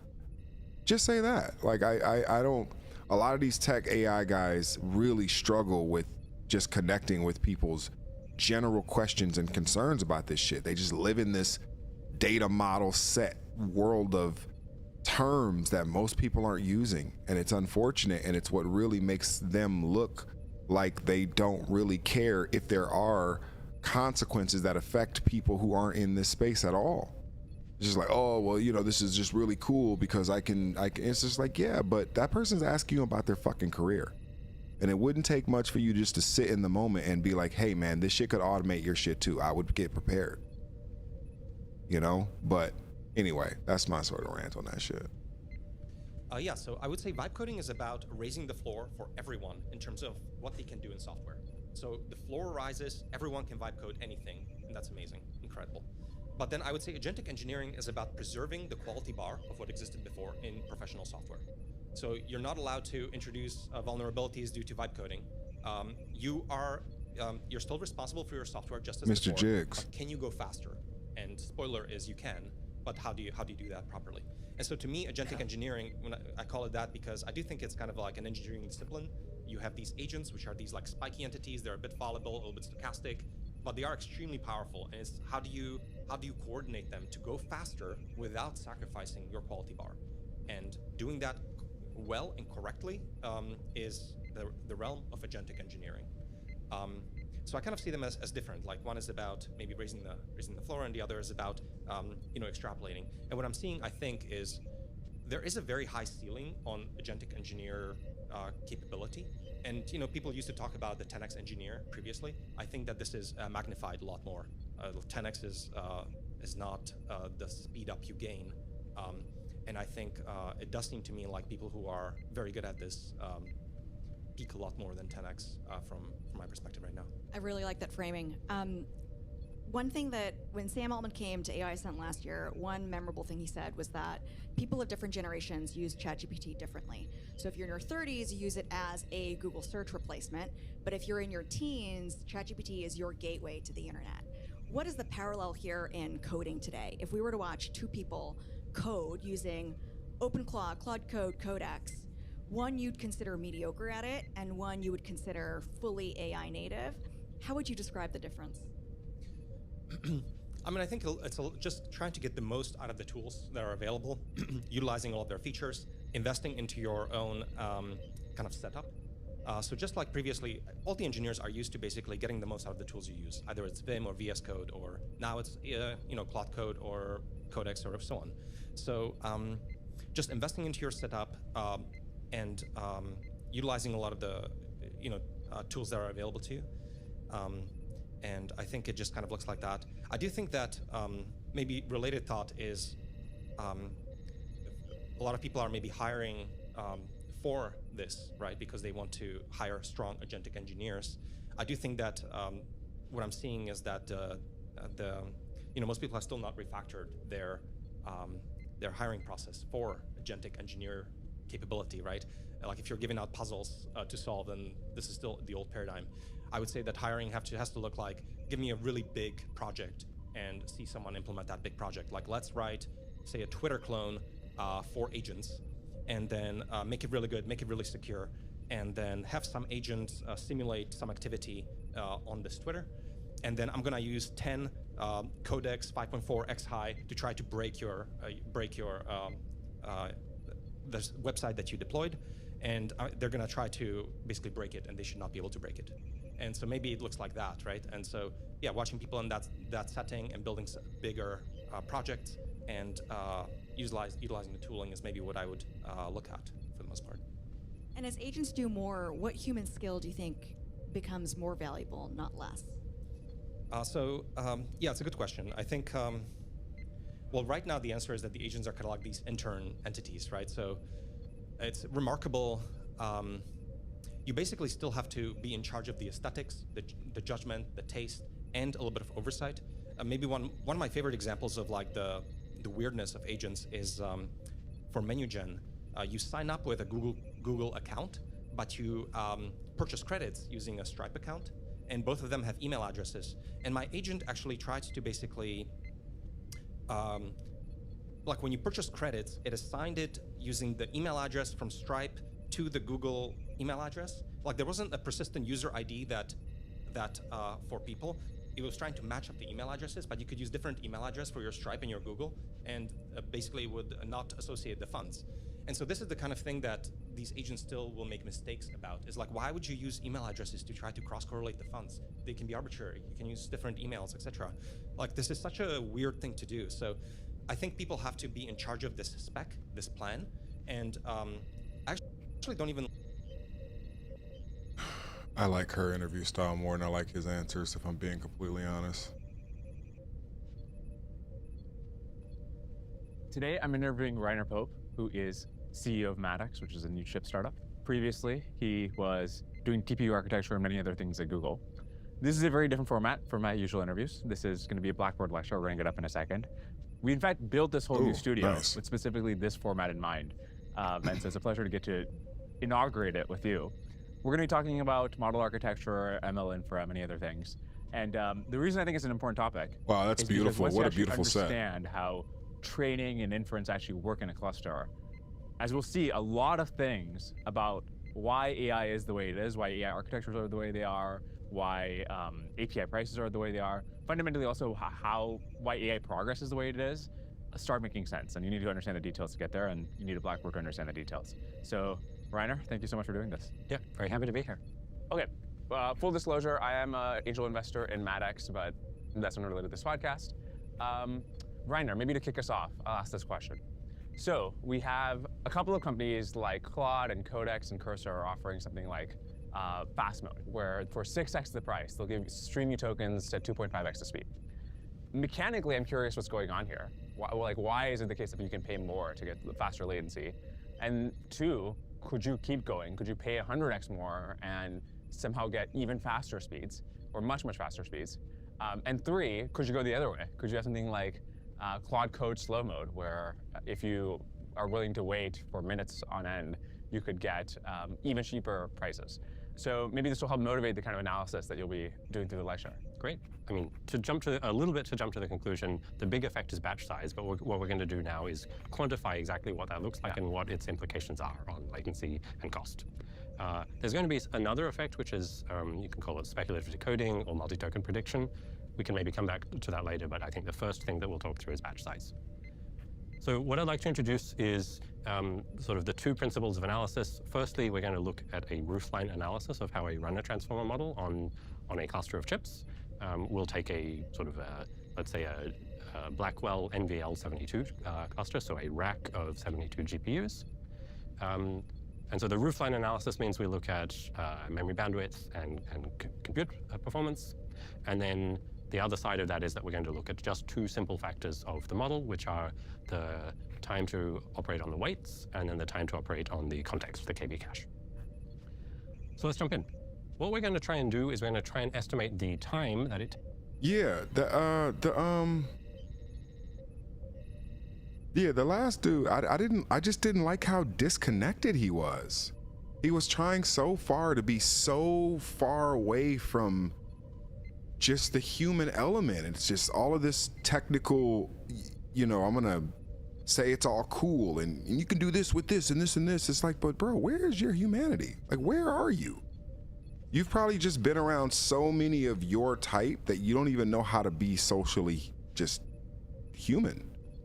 And listening to him it got exhausting very quickly of like, I don't know if this person knows how to talk to another human being. He's not really engaging. His eye contact is sort of just down, trying to just hide in the information because he's uncomfortable with speaking or whatever. And it's just like, yeah, it didn't sit well with me at all. I agree with you. I didn't like it at all. I mean, I really enjoyed the woman's interview style. She was very sort of thorough in her questions and very confident in her demeanor, and her voice was fucking ear candy. I mean, had a real just a real journalistic voice, if you will. Like, you believed the questions that she was asking, you believed that she understood the questions that she was asking. She wasn't just reading from a piece of paper. So maybe it was just, in comparison to her, maybe he just sounded so flimsy. You know what I'm saying? Just like, I don't know, maybe he sounded like flimsy compared to the interviewer. So, yeah. Takes to run an inference of a certain shape. Now, we're not perfect here. We can't exactly predict the time, and so instead we're going to approximate. And so we're going to say that the time must be greater than or equal to a certain quantity.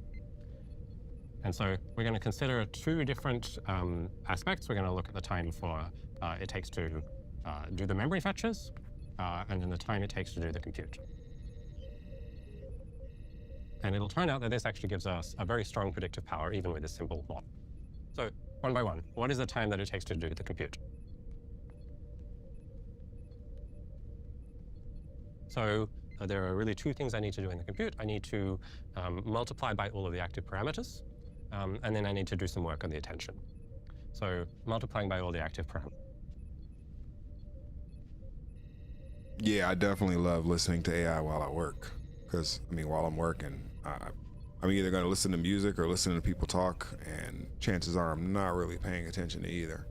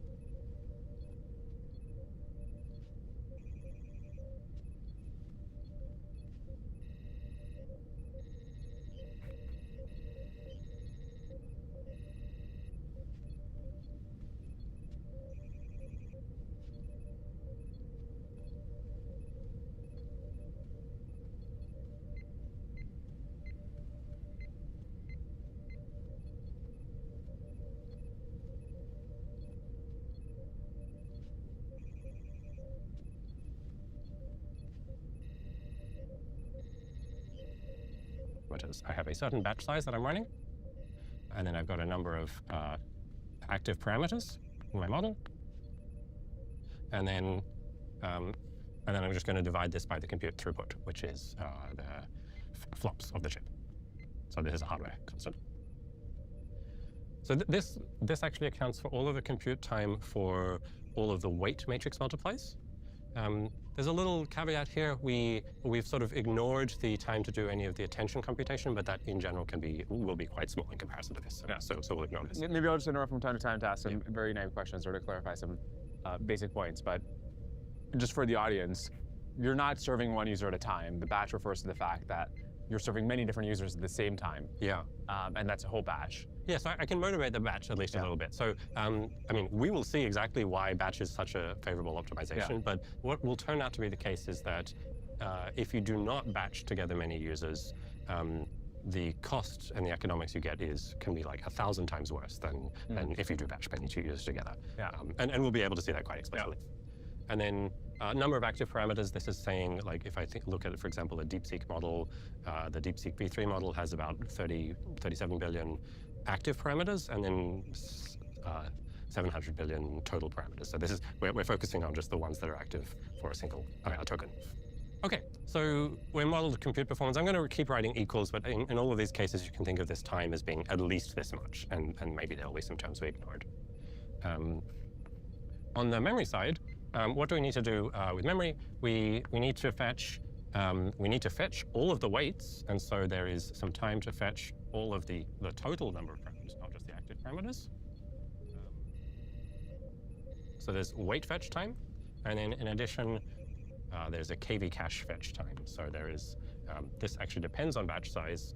So for every element in the batch, we have to fetch an entire context length worth of tokens, and then there's a size per token. So like bytes for one token. And so this is a model parameter. And maybe just back in, let's just explain what the KV cache is real quick. Yeah, so when I do a forward pass, let me draw actually how the autoregressive inference works. So this is during decode. So if I have a bunch of tokens of text, I'm drawing a tensor because ultimately the tokens are represented as some like tensor of in some embedding dimension, and then in this direction I have the sequence length. The work of running a decode is I have to run each token through a whole bunch of matrix multiplies over a bunch of different layers, and I have in general I'm going to have to do that work over all of these tokens. But then one step of decode is actually to produce just this one additional token out here. Yep. And so what I'm going to do there is I'm going to run a full forwards pass of multiplying by all of the weight matrices in the entire model. But then I've got this attention mechanism where this token sort of, it's like looking at all of the past tokens in this way. And what is it looking at specifically? It is looking at some internal representation that the model has produced of the tokens, and we call that the KV cache. So this process of attending, this single token attending to all of the history of tokens, that's attention. It is mostly dominated by memory fetches rather than matrix multiplies. Mm-hmm. So we've got the amount of memory that we're fetching shown over here, and then this is of course just then divided by the memory bandwidth. So the memory bytes per second. So in fact, these equations here are actually enough for us to now draw some fit lines. And so the things that we'd like to look at are sensitivity to batch, and then also, which we'll draw separately, to context length. So we said that the big effect you can get is like some trade-off in latency versus cost in batch size. So let's draw them out. I think there's just really two graphs we want to draw. We'll first just draw batch size versus time here. So when we look at the shape of this, we've got a maximum of, well, the sum, and then another term. So let's look at these terms one by one and how they scale the time for compute and memory and how they show up. So let's first look at this compute time. This is just purely linear in batch size with no offset, so it is some curve like this. This is T compute. And then on the memory side, we've got some portion here that is just this constant that is constant in some base offset here, which is the weight fetch.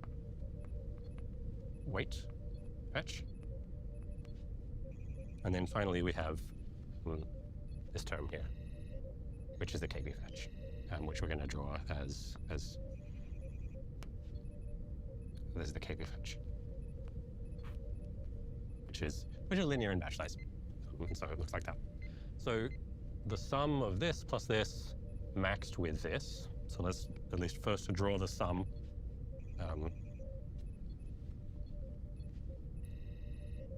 So the two memory times in conjunction end up looking on this curved slope like this.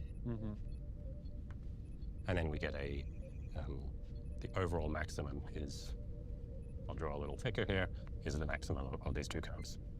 Makes sense.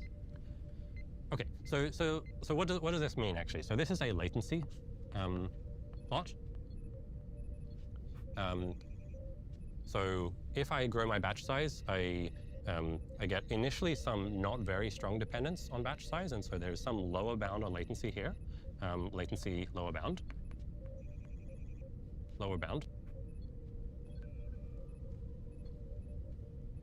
So this already partially answers the question. For a given hardware configuration, and then we can talk about varying the hardware configuration, but for a given hardware configuration, there is a lower bound on latency, which is simply I need to read all of my total parameters from memory into the chips, and that takes a certain amount of time. If I use all of my memory bandwidth, I can't do any better than that. It seems like the way you've drawn the slopes for compute time and how the KV grows, and what implication the KV has on memory time, that as the batch size... What if this were above or below, or... Yeah, or is that necessarily the case? Because if this is always true, then as batch size grows, compute always dominates KV, and which suggests that if you have big enough batch size, maybe memory is never an issue. Yeah, this is really sensitive to the context length. So I think we should come back and explore this. Yeah. There will be, as you vary the context length, the KV fetch time will go up and up, and so that'll cause a transition from compute limited to memory limited. And is there something especially significant about the slope being exactly the slope of the compute time? Yeah, whenever we have balance points, it kind of says that you're getting it exactly right. And so for the particular context length where the slopes match, that says I am equally memory bound and compute bound, which is a really desirable place to be. But suppose it's like, this is a very simple algebra problem, but suppose it's, the optimal is 100K context length, and you go to 200K context length. Does your MFU go down to like 50%? Like, does it have a humongous impact on MFU? Yeah, to be like slightly outside of context length, optimal range, Goldilocks zone? That's right. So that is true as modeled here. There's a key point here that I'm modeling this context length as, or I'm modeling the memory fetch as linear in context length. That actually depends on model architecture. It is true for many of or all of the model architectures with dense attention. There's a sparse attention actually scales much better than that. Got it. And is sparse attention what everybody uses in practice? I'm pretty excited about sparse attention. It's hard to know what the labs are using. DeepSeek has published a sparse attention mechanism. I'll just put a plug in that sparse attention, some of the DeepSeek papers that have published sparse attention. What if I told you that a single text prompt can now produce a full cinematic video, starring your digital twin, moving through real environments, with camera angles and lighting that rival professional productions? Not a talking head that stands still.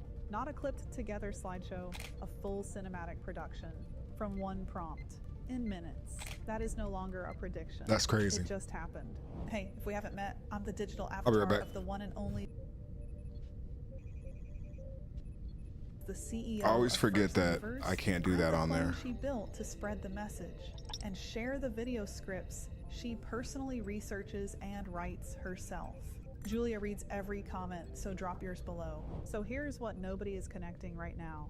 We just crossed a threshold in AI video that most creators, most business owners, most marketers haven't even realized happened yet. Let me break down the three-part pattern that just changed everything. Number one, CDance 2.0 just integrated directly into HeyGen.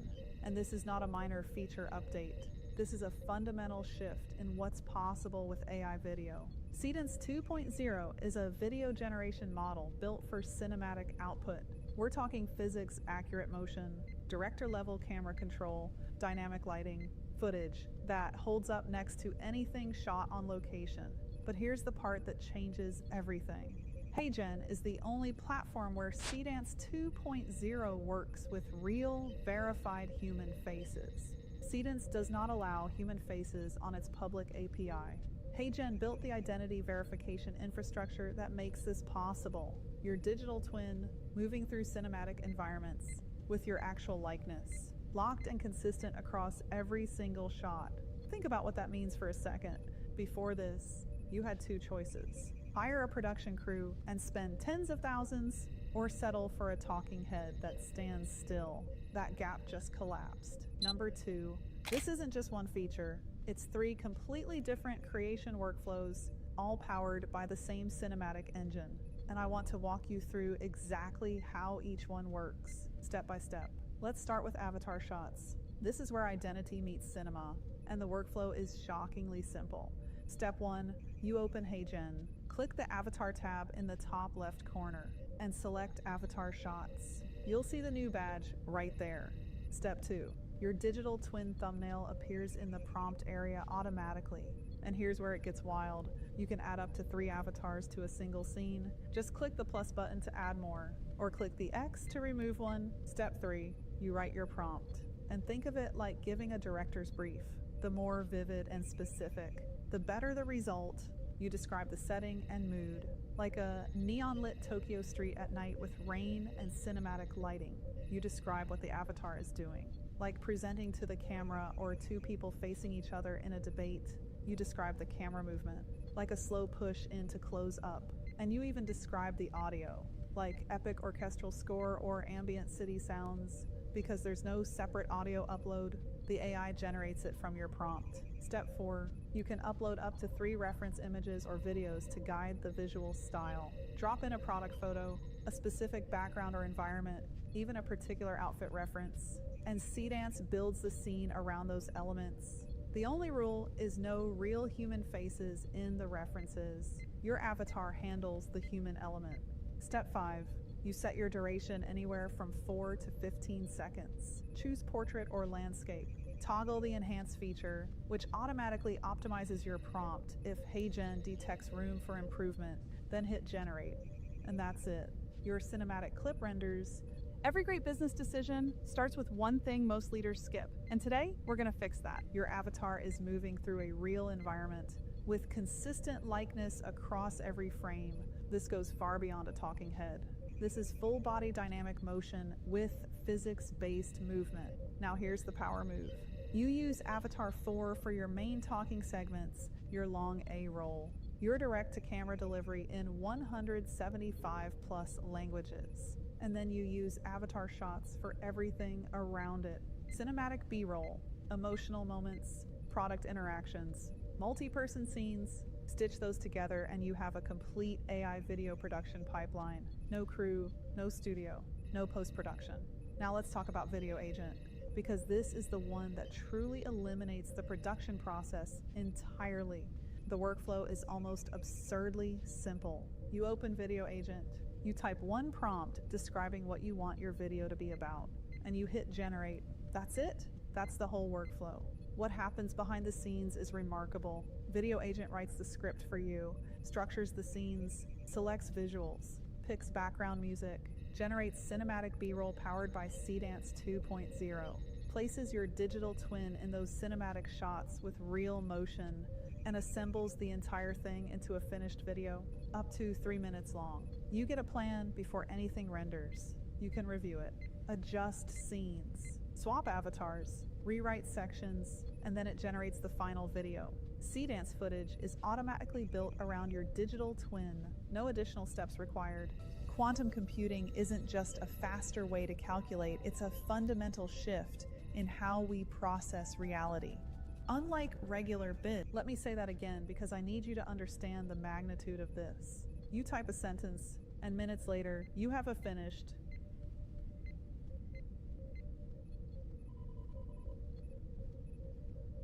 publish-ready video with your face in cinematic footage, with script, editing, music, and motion graphics, all done.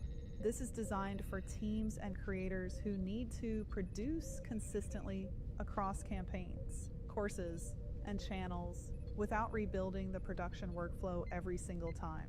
Third tool, the AI video generator. This gives you direct access to Seedance 2.0 for cinematic B-roll and scene generation, and this is the one content creators are going to fall in love with. Here's how it works. You describe a scene in natural language, and Seedance generates it. Want a drone shot over a mountain lake at golden hour. Type it. Want a product spinning on a marble countertop with soft studio lighting? Type it. Want a bustling coffee shop interior with steam rising from cups? Type it. And it renders in under 2 minutes. But here's where it gets really powerful. You can drop in reference images, a product photo, a location reference, any visual, and Seedance builds footage around that specific input. It takes what you give it and creates cinematic video that incorporates your exact elements. I love this. And the first and last frame controls. This is the detail that separates Seedance from everything else. You set exactly where a scene starts and exactly where it ends. And Seedance generates everything in between with seamless visual continuity. No jump cuts, no inconsistency, just smooth cinematic footage from point A to point B.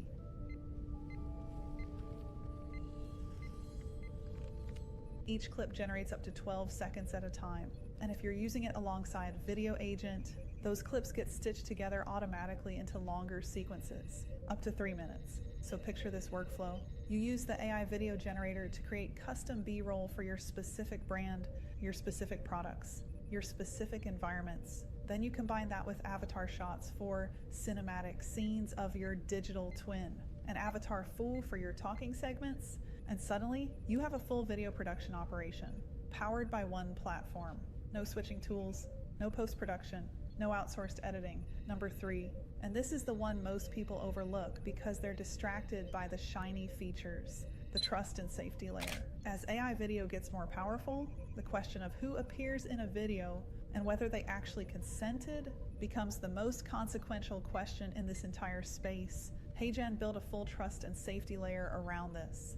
Your digital twin is built from your face and your likeness, protected by first-party consent infrastructure, and owned entirely by you. Only digital twins with uploaded consent are supported in avatar shots. Your likeness cannot be used without your verification, period. They're SOC2 Type 2 certified, GDPR compliant, CCPA compliant, aligned with the EU AI Act, and rated number 1 for most realistic avatars by G2, the world's leading software review platform. They have automated moderation using ML-powered scanning tools to detect non-permissible content, plus human moderators reviewing flagged content for fairness and accuracy, strict prohibitions on violent, hateful, deceptive, or sexually explicit content, and built-in identity verification, so your digital twin is always under your control. HeyGen actually built a full trust and safety layer around this. I'll link it below if you want to see how they protect creators. Now let me tell you why the timing matters. I've been using HeyGen's AI avatar to run my entire YouTube operation, 70 plus pieces of content a month produced by a 2-person team. While I focus on building first movers as CEO, my avatar kept my business running during a period when I physically could not work. It wasn't a gimmick. It was business continuity. It was proof of concept for the systems we now build for our clients. And with Seedance 2.0 integrated, the quality gap between what my clone produces and what a traditional production crew delivers just went from noticeable to nearly invisible. Here's what I see coming. By the end of 2026, the majority of business video content will be AI generated, not because it's cheaper, although it is, but because it's faster, more consistent, and now genuinely cinematic. By 2027, I predict that AI avatars with cinematic scene generation will be the standard, not the exception. Audiences will expect digital twins that move, emote, and interact with their environment, not just deliver a script from a fixed position. The businesses that move first on this, the ones who start building their digital twin infrastructure now, will have an unfair advantage that compounds every single month. I believe the future belongs to those brave enough to be first movers, the ones willing to adapt, build systems, and let AI amplify what they've already built. If you want to see how this works, go try HeyGen's Seedance 2.0 integration yourself. I'll link it below. And if you're a business owner sitting on a proven offer, drowning in your own founder dependency, and you want to see how we build these kinds of AI-powered content systems for our clients, check out firstmovers.ai/consulting. Or if you want to learn the skills yourself, join us at labs.firstmovers.ai. Don't miss what's happening right now. This is the biggest shift in video production since the smartphone, and you're watching it unfold in real time. See you down the next rabbit hole. Want to be the winner of the AI age and a first mover? Transform your skills with real AI knowledge today in our AI labs. Through WhatsApp or Telegram, and there are multiple layers where the agent works, and usually it can only affect one or maybe two of those. Like, it can install something on the back end, it can do something there, but it cannot really change the way it shows you something in WhatsApp because it's limited by the interface of WhatsApp. It can send you a picture or it can write you a message, but that's about it, right? So the UI is very limited for the user. Yeah, and the same goes when you use a web UI. Like, for example, Agent Zero has a very rich web UI, but still, if the agent wanted to do something special in the web UI, it can either generate an image on the backend and send it to the front end, or it needs to modify itself on the backend level and then tell you to reload the page or something. Even agents that are accessible from the browser are still limited to the layer where they actually live. So I guess let's jump straight into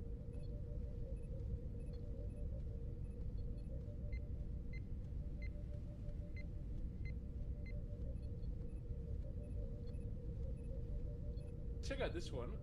Last of the open models, Gemma 4, byte for byte, the most capable, according to Google's press release, open model.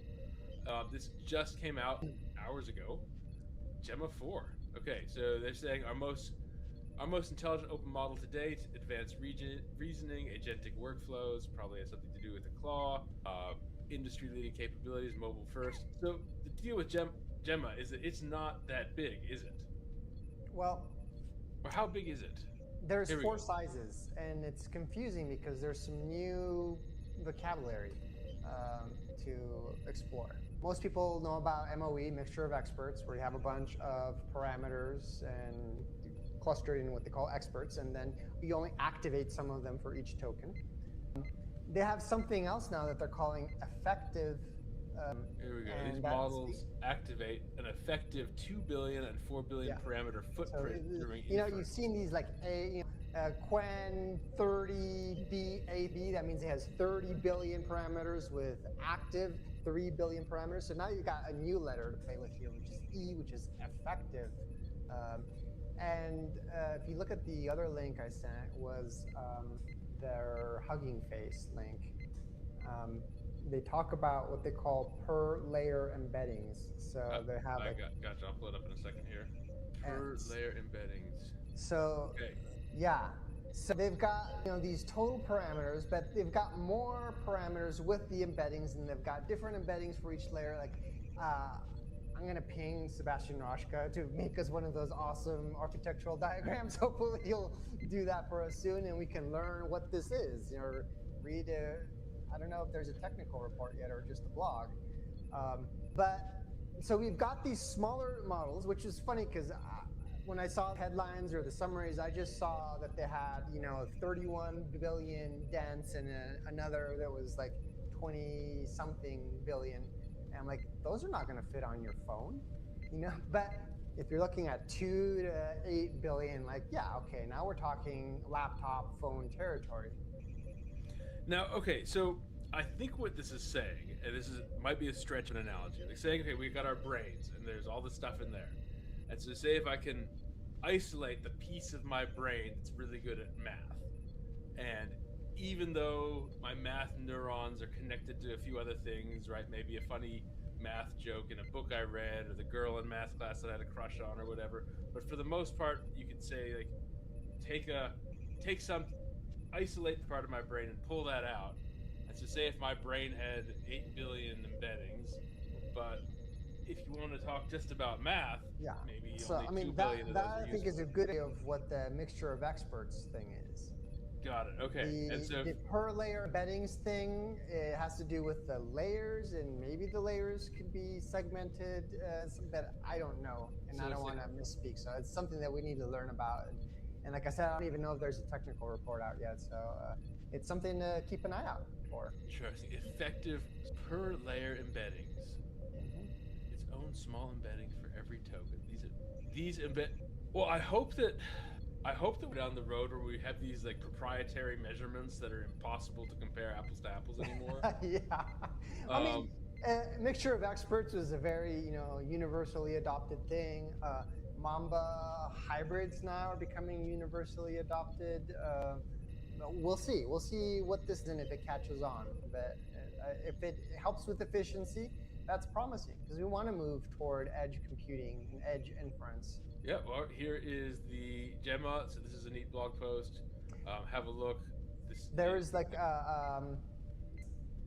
enticing about this is it's supposedly supposed to be like really good, but we have to look at some benchmarks. The headline benchmark said, hey, this is as good as Quen's 230 billion parameter model, but that's on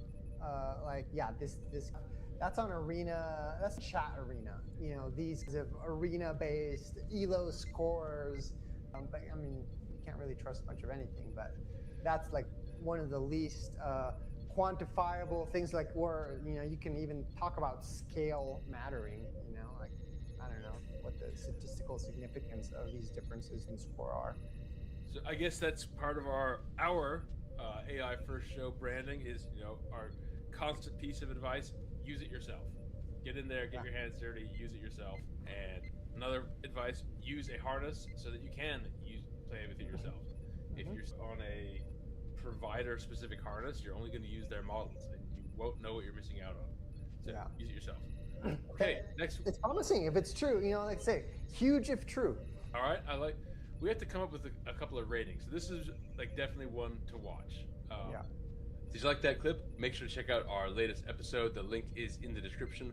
Also, make sure to check out the links for our Substack, the Trilogy AI Center of Excellence. We publish articles a couple times a week on new AI tools, approaches, comparing things, and also AI news. OpenClaw, we're diving deep into that. Make sure to subscribe to this channel. We do updates several times a week with the latest AI news, tools, walkthroughs, deep dives, lots of good things. We've got the link to our Discord. Ask us questions. We're there all the time. All right, have a good one. See you on the next one. There's social and sustainability reasons.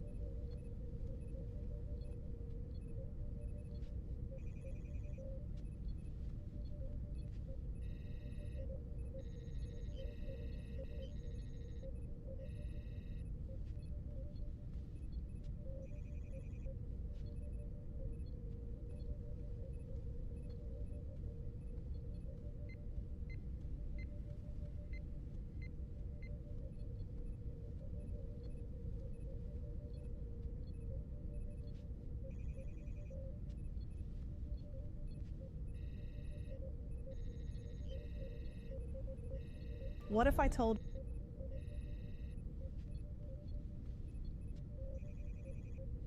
identity?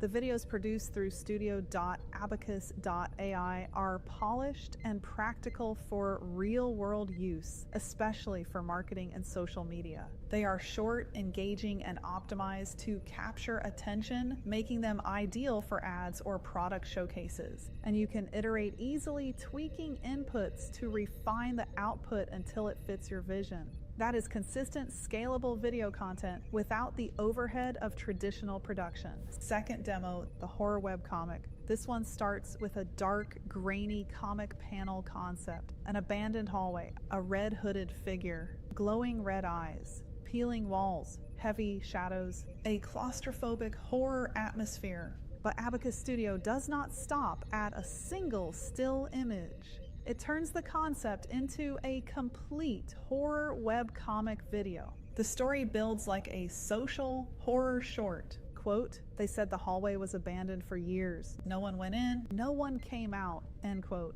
The red-eyed figure advances. The text becomes shorter, colder, more urgent. Footsteps, breathing, something moving in the dark. Then the figure lunges, the static hits, and the story ends on the line. The hallway, it never ends. That right there is agentic story assembly. One prompt becomes a genre-specific video with mood, structure, pacing, text overlays, motion, audio, and an ending designed for short-form engagement. For creative teams, that means faster genre exploration. For marketing teams, it means faster teaser campaigns. For entertainment, gaming, events, and social teams, it means moving from a rough idea to a publishable, narrative asset with far less friction. Third demo, the animated dance. This one begins with a cheerful anime-style character. Long blue and orange hair, expressive eyes, a colorful oversized outfit, patchwork hoodie, multicolored jeans, sneakers, a playful pastel background. Abacus Studio generates the character from a detailed prompt, then brings in a live action source video of a real dancer performing arm waves, body rolls, bounces, and expressive movements. The instruction is simple. Transfer the uploaded video motion to the character image. The result is an animated character performing the dancer's movement. Raising arms, gesturing, bouncing, dabbing, flexing, shifting weight, and carrying the rhythm and personality of the source performance. This is agentic motion transfer, character generation, source video ingestion, motion understanding, pose transfer, character preserving animation, and smooth, high-resolution video output. And here's what that unlocks for an enterprise creative team.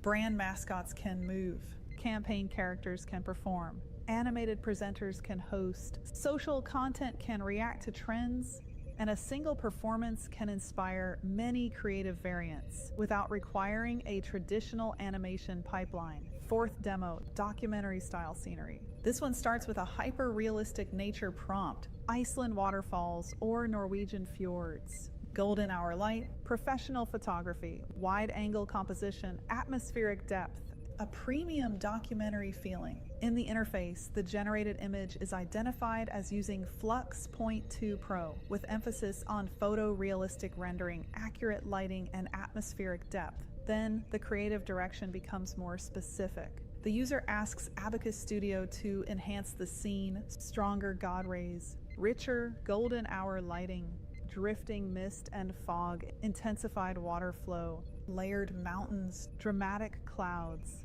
more vibrant but natural color, subtle birds, and a BBC Earth quality cinematic documentary aesthetic. Then the still image becomes a moving world. The final video adds smooth drone-like camera movement, continuous waterfall flow, drifting mist, subtle cloud motion, birds soaring in the distance, shifting sun rays, ambient nature sound, and a wide vista ending. The workflow also includes a 2x upscale from 1280 by 720 to 2560 by 1440 60 FPS enhancement and Topaz AI upscaling for clarity and smoother playback. This is Abacus Studio as an iterative cinematic generation environment. A creative team can direct light, color, scale, atmosphere, motion, pacing, and final polish. For advertising, that means scenic product backdrops and luxury campaign visuals.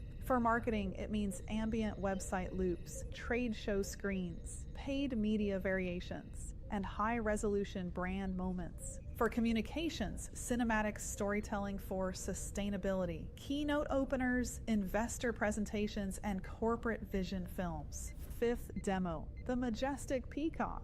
And honestly, this one is the one that broke my brain. It begins with a hyper-realistic Indian peacock, generated like a professional DSLR wildlife photograph, true-to-life coloration, iridescent feather detail, clearly defined geometry, and detailed ocelli, the eye spots in the feathers. The interface identifies this image as generated with Flux Point 2 Pro. Then Abacus Studio is asked to preserve the same bird while changing the world around it. Move the peacock to a grand castle porch with stone flooring, arches, and marble columns, while keeping the bird's identity, proportions, feather arrangement, lighting, shadows, and ground contact consistent. The edited output is identified as using GPT Image 2, then the same peacock is animated into a cinematic video walking across the castle porch. The prompt asks for strict temporal consistency. Preserve the feather count, shape, structure, proportions, realistic gait, head bobbing, tail sway, surface contact, and stable environment.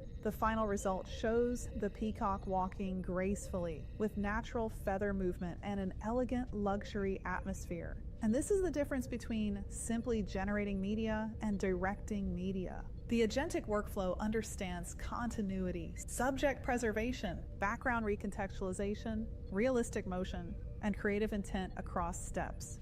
For brand teams, that matters. Products, mascots, models, environments, visual identities, campaign worlds, they all need consistency. Abacus Studio helps teams explore variations without losing the core subject. Across all 5 examples, the larger point is clear. Abacus Studio is not a single model generator. It is an agentic creative production environment. For advertising teams, it means more campaign variations, more audience-specific concepts, and more ways to test creative direction before committing to expensive production. For marketing teams, it means product launches, social content, landing page visuals, seasonal campaigns, event assets, digital signage, and brand storytelling can move faster. For communications teams, internal announcements, executive narratives, onboarding, training, keynote visuals, and vision films can become more engaging and more visual. And for every enterprise team, it means less time trapped between idea and execution.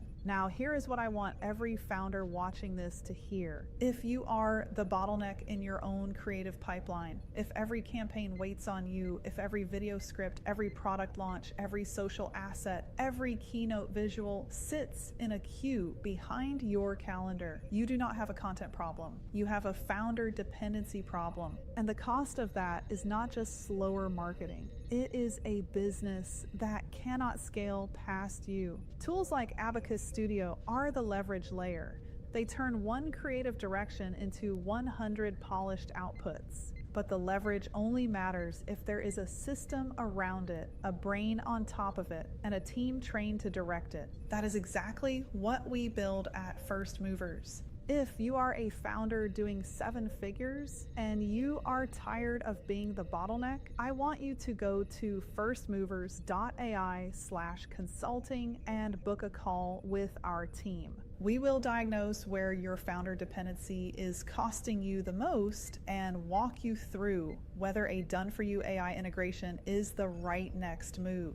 And if you are earlier in the journey and you want to learn how to build these systems yourself, join us inside First Movers AI Labs at labs.firstmovers.ai. That is where I teach the exact stack, the exact workflows, and the exact prompts I use every single week. The future of creative work is not about replacing creative judgment. It is about giving creative judgment more leverage. It is about letting teams direct more possibilities, explore more ideas, personalize more assets, and deliver more polished work faster. That is the promise of Abacus Studio. Agentic media generation is here. Now your teams can move from prompt to production, from idea to campaign, and from creative ambition to finished output. With Abacus Studio at studio.abacus.ai. Link is in the description, and you can try it today. The first movers in your industry are already building this. The question is not whether the bottleneck breaks, it is who breaks it first. Be the first mover, hit subscribe, so my digital clone can keep you ahead of every shift like this one. See you down the next rabbit hole.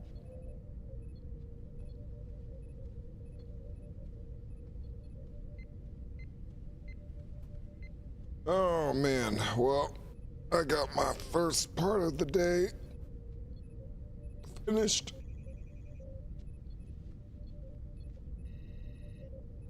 So.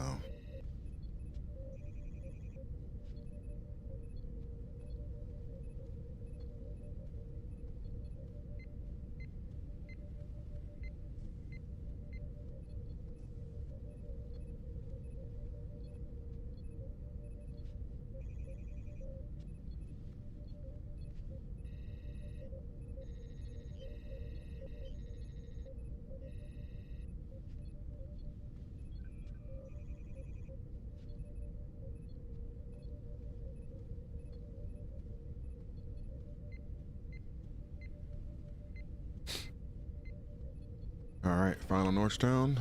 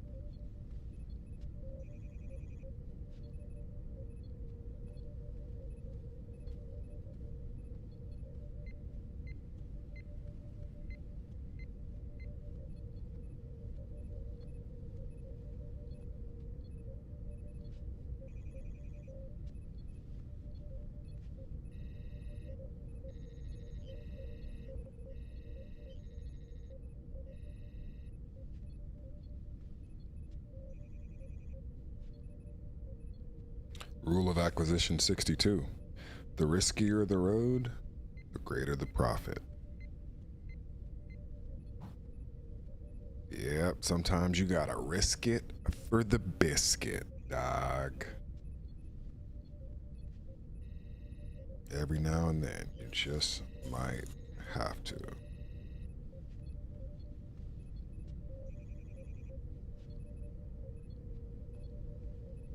I mean, my question is, if you risk it for the biscuit, do you also risk it for the Triscuit?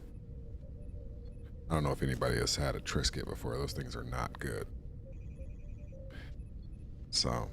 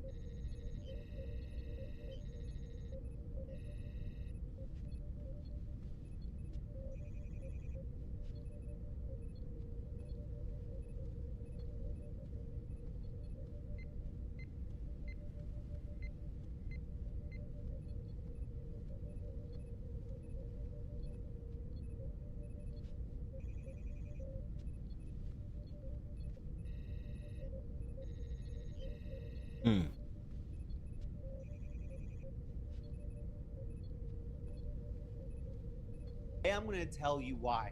I'm going to show you 5 different tests we will do live with ChatGPT 5.5 Pro today that will absolutely blow your minds. We're going to build out full-scale video games. We're going to build out full-scale 3D simulations. It's going to blow your mind. It is what this model is capable of. And I'm going to show you how to get the most out of it, what you should be doing, how you should be using it. Today, you're going to learn a ton, and you're going to have a lot of fun doing it. This is the #1 AI live stream on planet Earth. This wow. is the #1 tech live stream on planet hey, Earth. So what you're put yourself over, young in, man. You're going to buckle in. We're going to be here for a while. We're going to do a ton of different things, tons of different tests. It's going to be so much fun. So make sure to go down below, leave a like, get in the chat, say hello, have some fun with the rest of the Fin Fam, and let's get into it. Here we go. I'm going to pull open ChatGPT 5.5 Pro right now. For those who haven't been using it, I think this is the one for some reason. Chat on screen. Thank you very much. All AI in the AM. I appreciate that. Show comments. Here we go. Thank you very much. Thank you. Thank you. Does Alex realize his first 5 words never make it in some kind of... Is that true? Do the first 5 words of my live stream not make it into the live stream? Is that true? Let's pull open ChatGPT. This is the one... I don't know why people don't talk about this model more. Maybe it's because it takes like 5 minutes for every single response. But I think that it's true. Oh. All right. I'll wait like 5 seconds next live stream to start talking then. This model is professional level amazingness. And I don't think many people use it. It is the only chicken AI in a biscuit is better than a Triscuit. I get actual novel results out of it. I get actual novel responses, results. It feels like it's actually human. Like it comes up with human answers. It's not just like finding the average. It's not like just giving me mediocrity. It actually feels like a human partner, a genius level human partner. And today I'm going to prove it to you. We're going to build some amazing games. You need to like... He's like, we're going to build some amazing shit. Before you start. All right, I'll pause a few seconds and then I'll just edit it after, I guess, so there's not this huge pause on the replay. By the way, for those who don't know,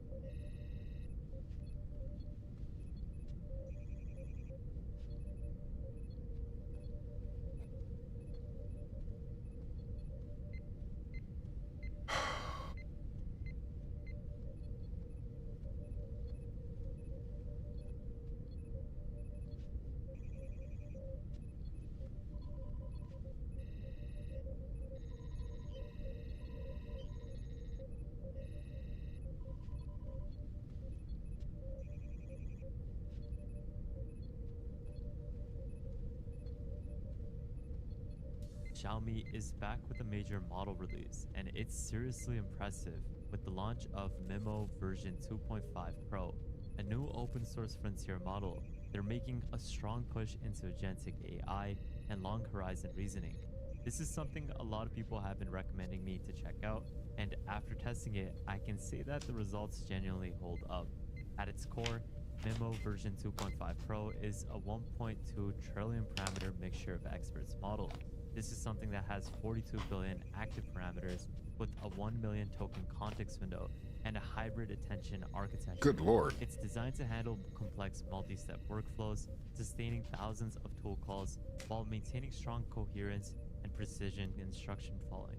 They've actually introduced 2 models under the MIT license today, and it's fully open source and ready for commercial deployment. You have the Mimo version 2.5 Pro and the Mimo version 2.5. The Pro is optimized for advanced agentic workflows and software engineering with top-tier performance across many of these different benchmarks like Sway Bench Pro.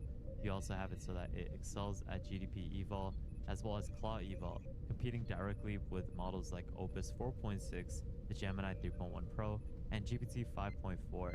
Now the Mimo version 2.5 base model is a native Omni model, and this is something that it has strong multimodal understanding and integrated agent capabilities.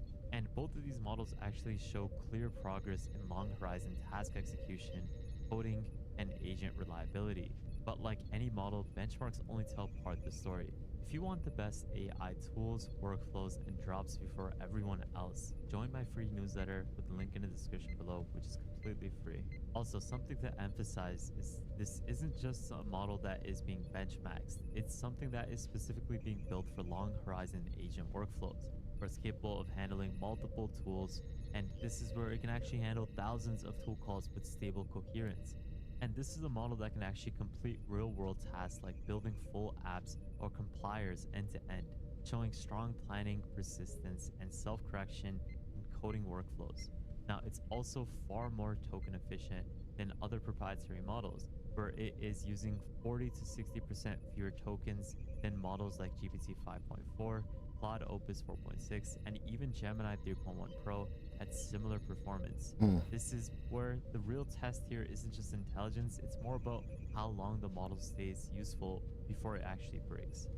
Like I had mentioned before, it has a 1 million token context window, and it's priced pretty cheap, where it's priced at $1 per 1 million input tokens and $3 per 1 million output tokens. And what you're getting out of this model is truly insane. Now, to use this model, you can easily do so through Xiaomi's Mimo Studio, where you can easily run it through their chatbot completely for free. You can also access it through their API. And obviously, if you do have a data center at home, for example, you can easily run the model locally. If you do have a multi-GPU setup, I'm pretty sure most of us don't, so don't even bother looking at the Hugging Face weights. But a way for you to access the model for free is through Kilo Code, and they actually offer $25 worth of free credits, and you can use it with their harness, which is open source. And I personally believe this would be a good combination with Xiaomi's model. Another option is using OpenRouter, which also is another API provider. And if you want to test it out, you can also use Arena as well. Now what we're going to be doing is using the Kilo CLI, the harness, with the Mimo version 2.5 Pro within Kilo Code completely for free to help us create a browser-based OS that clones macOS with a Minecraft clone. What I'm also requesting it is to use SVG icons that represent the app, and this is something that will now have it execute upon this task to create all the components I had requested. And in about 3 minutes, this is what I have gotten from Kilo Code. We can enter in a password, and once we click enter, this is our macOS clone. And I gotta say, I am truly surprised by the SVG icons within the bottom toolbar. It actually opens up when you highlight over an application, and I personally find that it did a pretty great job. The terminal is actually animated, which is pretty great to see. But now let's actually go through each of the applications. We have the Finder app, which has been coded out thoroughly. You have a Safari, a message app, notes. You also have maps. You have a photo app, which hasn't been coded out perfectly because the placeholders are overlapping each other, but still, it's decent. You have the music app, terminal that actually works, calculator, calendar, as well as a weather app, the system settings. Now, I don't think each of these categories work, which is kind of unfortunate, but still, it did get the job done, so it's nice. The dynamic movements and the attributes that clone macOS, like the system requirements, haven't been fully generated. Top toolbar hasn't been also coded out. Like the spotlight has been generated, but none of the other components have been, which is kind of unfortunate as well. But still, I do like the quality of this generation a lot better than the Kimi K 2.6. You also have a Minecraft clone, which is kind of impressive that it cloned this out in one shot. You can see that I'm able to walk around the terrain. Am I allowed to break the blocks? You can, but there's no animation. I can place down blocks, which is great. And there doesn't seem to be an infinite generation of terrain, which is kind of expected with this context, but still, it's great to see that it also generated this. Now, the other app that, or I guess this is a launchpad, which is something that macOSs have. So this is definitely a great feature to have directly built within the macOS clone. So overall, it did generate complex structured UI that simulates a real OS, and I definitely find this to be better than the Kimi K 2.6. Now, speaking of Minecraft, I'd actually requested to create a Minecraft clone, and this is pretty decent, not the best obviously, but the fact that it created this environment with an actual hand that is being showcased for the player. You have the water that is generated, but it is pretty buggy. You have clouds, you have different terrains that have been also generated, have the ability to break blocks, which is cool, and I believe it also even generated caves with different ores. There's also a working inventory, which is pretty nice to see. So overall, I do like the generation from this model. The fact that it's able to outcompete something like DeepSeek with this generation is insane to me. Now, front-end wise, this is where I really like where the model has been performing, because it's able to generate all of the requirements I am specifying, like the typography, the tone, and the layout structure. And you can truly see that with a couple of these examples that requested it to generate, like a long SAS landing page, which you can see has been thoroughly generated with the dynamic movements. You have different sections that have been generated with different attributes, and actually does quite well when you clone UIs. This is where I'd requested it to create a Slack workspace with channels, direct messages, and you can see that it did do a decent job with this generation. I personally found that it did obviously better than the GLM 4.7. It also did quite well in creating the Amazon style product page, which does look pretty accurate to how Amazon's product page looks like. And you can see that it even did a better job than the GLM 5.1.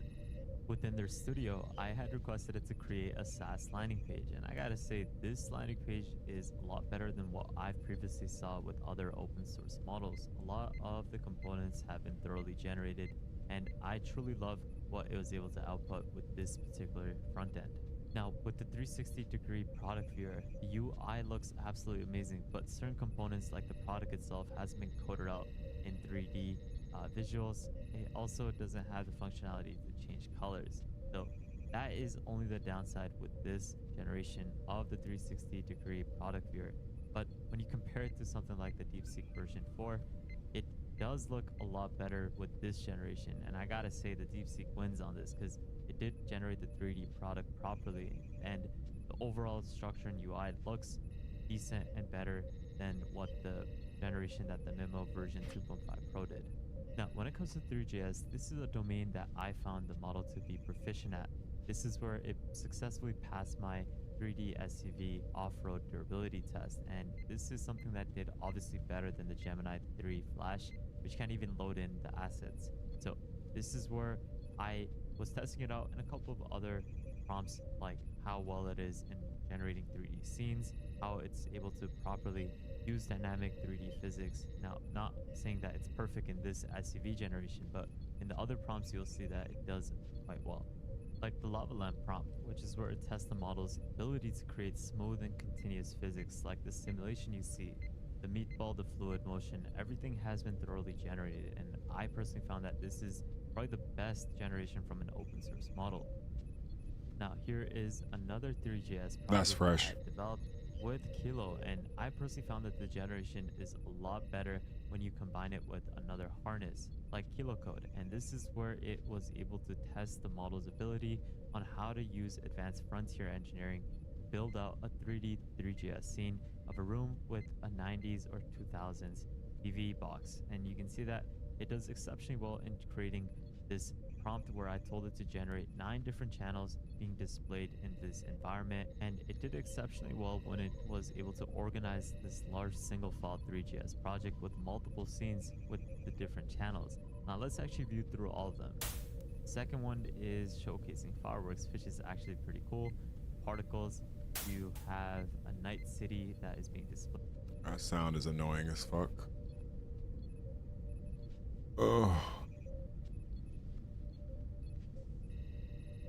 Well, the story just keeps getting bigger. There was a time not long ago that if you mentioned life on other planets on television on a show like this, people would laugh at you. Tinfoil hat, right? They do that deliberately. The country is different now. Many people are now paying attention to this and taking it seriously. We now know there were at least 12 scientists and military officials tied to UFO and nuclear research who have gone missing. Last week it was 11, now it's 12, all mysteriously, including Matthew Sullivan, an Air Force veteran who was set to testify about UFOs on Capitol Hill, but died mysteriously of a drug overdose just moments, check that, months before the hearing. And according to Congressman Eric Burleson today, quote, a young scientist named Joshua working on the nuclear technology we'd need to reach Mars turned up dead in a Tesla crash after his car drove 2 hours by itself on rural Missouri back roads, then crashed and burned his body beyond recognition. Nothing suspicious about that. Several members of Congress are questioning. He goes, nothing suspicious about that. That was great. Great delivery. Very honest about what he thinks is going on. Congressman, good to have you My man back. said, nothing suspicious. Not at all. Drove 2 hours. I almost wish he was serious. Report, 2 hours on its own, crashed and then burst into flames. If that was true, nobody would ever buy a Tesla again, Congressman. What do you think happened here? I think clearly someone's sending a message of one or two things. Either they want to squash our technology or they're warning others not to come forward with our abilities and what they know. It can't be anything else. It's very clear to me. I know that the FBI is investigating this, and I hope they do it very vigorously. In the past, the FBI, I think, has been part of the problem covering it up, but under Cash Patel and President Trump, I don't think that's the case. So that's what I hope we get to the bottom of it. But unfortunately, we've lost these lives. And you know, it's the one general leaves his house without his wallet and his cell phone, but he takes his .38 revolver and his holster. And he didn't take his glasses. He wore glasses every single day, which is so bizarre. By the way, Elon Musk has not mentioned this, and he will mention anytime something happens with a Tesla, he's pretty good about tweeting about it. He has not tweeted about this Tesla that drove around on its own, apparently, for 2 hours, then crashed, and then killed the passenger, which we found very odd. I want to play this soundbite for you. This is 3 weeks ago tonight. You came on this show, you said something that literally, Congressman, created like an entire ecosystem of theories and questions. Take a look. If they would release the things that I've seen, you would stay up, you'd be up at night worrying about or thinking about this stuff. I was briefed last week on an issue, or excuse me, 2 weeks ago, and it would have set the earth on. This country would have come unglued, I think. So without violating any confidentiality, what were you referencing? I was actually a member of our leadership had encouraged me and another member to go and be briefed on an incident that occurred with multiple witnesses, and it was very telling, and it defied everything that we have. And then you combine that with the multiple other briefings that I've had, and it's just too much, brother. It's too much. America needs to know. The president needs to put this stuff out. And my biggest fear, once again, is going to be just like Schumer. You remember a couple years ago when I tried to get him to release everything, and Schumer had a 60-page bill to do exactly the same thing. He modeled it after the Kennedy files releasing, which 60 plus years later, we still don't know the answers. And every dadgum time, they hide it. They hide it under national defense. Hey, when white people say dadgum, you know they're serious. Disclose this. And that's the caveat. Don't let them do that. We have got to release everything. Well, why don't you just Donald J. Trump can do that. You moved that ball down the field 3 weeks ago. Why not continue that process tonight and tell us more? Tell us more. What's going on? What is it? What'd you see? What'd you hear? What is it? Well, the problem is I was in a skiff and I'm not allowed to talk about it. Why not resign from Congress today and hold a press conference tomorrow? I think Ms. Burchett would probably have words with you, brother. Can I ask you something, Congressman? In that same interview, you told me, and it was tongue-in-cheek, but I think you were serious. You said you're not suicidal. Did you mean that? Are you concerned about your own safety for even talking about this stuff? Sure. I think about it all the time. I think about when I'm in a parking lot by myself. I think about when I'm driving down the road. I think about when I'm getting on an airplane. There's a lot at stake, and we're poking the hornet's nest. I was told years ago that I need to get a detail around me because I'd kicked a very big hornet's nest, and by someone who's formerly was on President Trump's staff. So yeah, I think about it. I'd be stupid not to. I mean, look at now, you're just seeing it, and I got a feeling this is the tip of the iceberg. It feels like something is going to be disclosed. You know, the president's been open about the fact that when the time is right, I think it's approaching right. I think we're long past right. He's going to do that. Hopefully he does. Do you mind if I ask you something off topic quickly? Sure, whatever you want. So I saw you. I was watching. King Charles made his speech today, and you were in your typical Tim Burchett State of the Union spot, and you kind of got his attention, and it looks like you said something. What did you say? I asked him about his Aston Martin DB6. It was a gift from his mother, his 21st birthday. And then, oddly enough, when he came back out, he referenced it to me, and he said that I forget how many years that he'd had it. And I showed it. Everybody says, "Oh, Burchett, you took a video of it, of him." I said, "I did not. We were told not to do that." I showed him a picture of my 1964 Triumph Bonneville that we restored.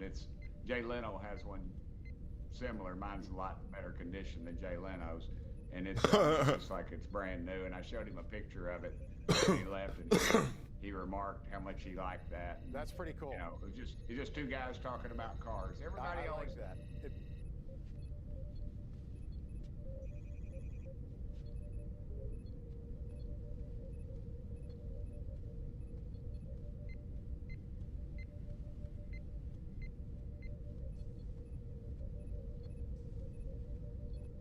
Computer use right here, which will allow codecs to do a lot of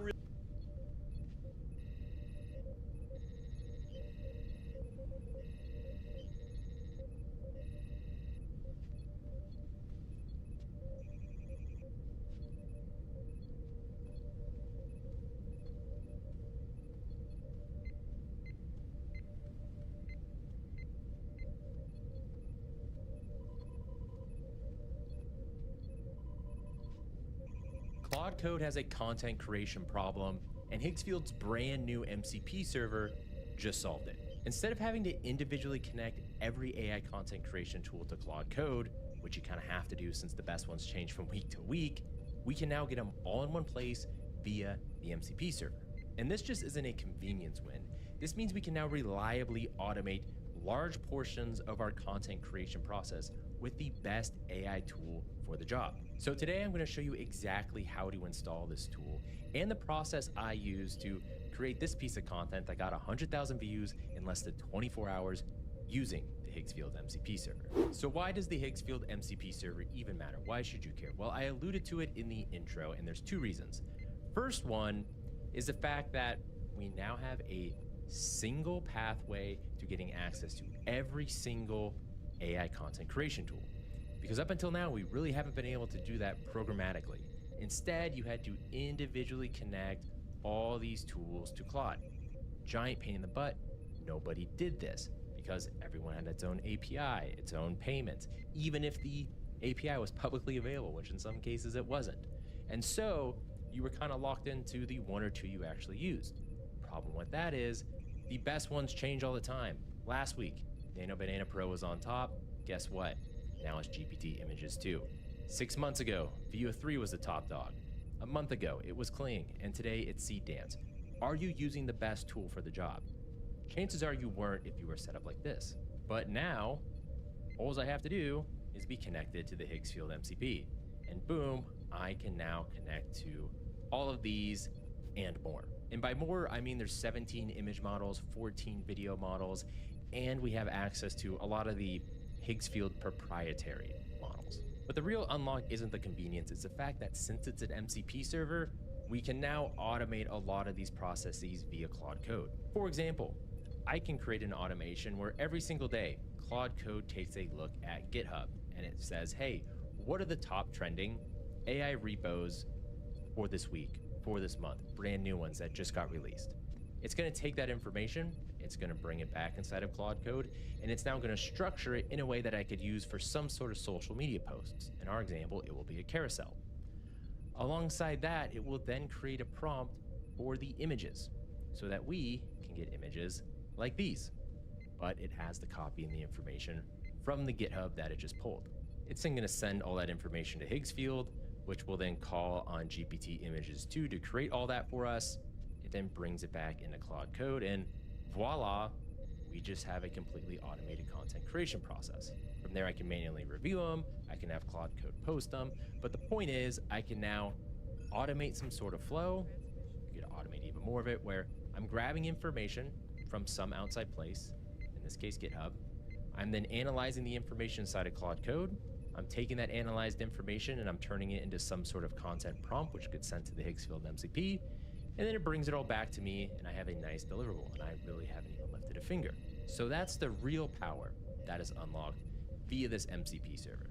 So you combine these two things, and we are really turning Claude Code into a marketing machine. So let's talk about the install. First of all, you are going to need a Higgs field account. I will have a link to that in the description. If it wasn't clear by now, Higgs field is a one-stop shop.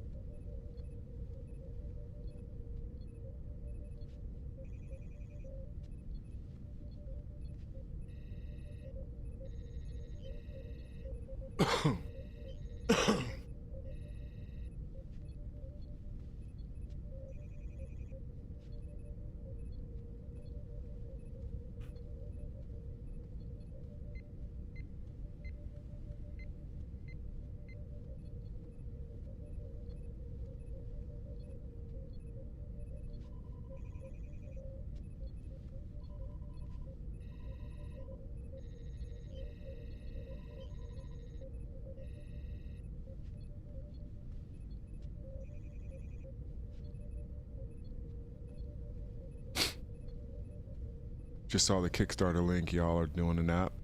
Yeah, actually we are. Actually we are. Feels good to sort of talk about that. And but yeah, we are.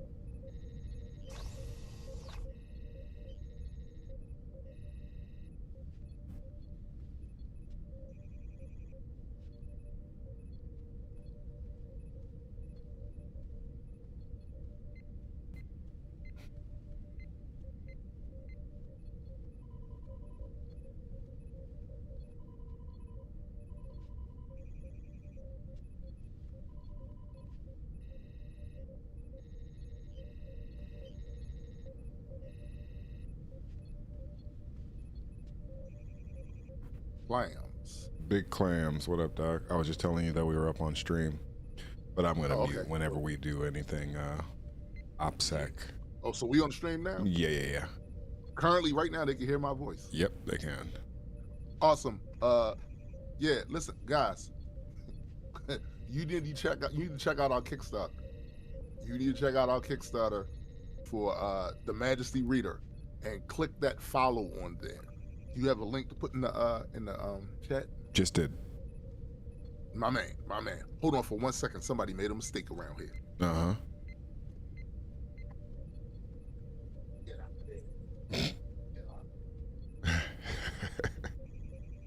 It sounds like he's chasing a cat. He's one of those cats just burned up one of their 9 lives.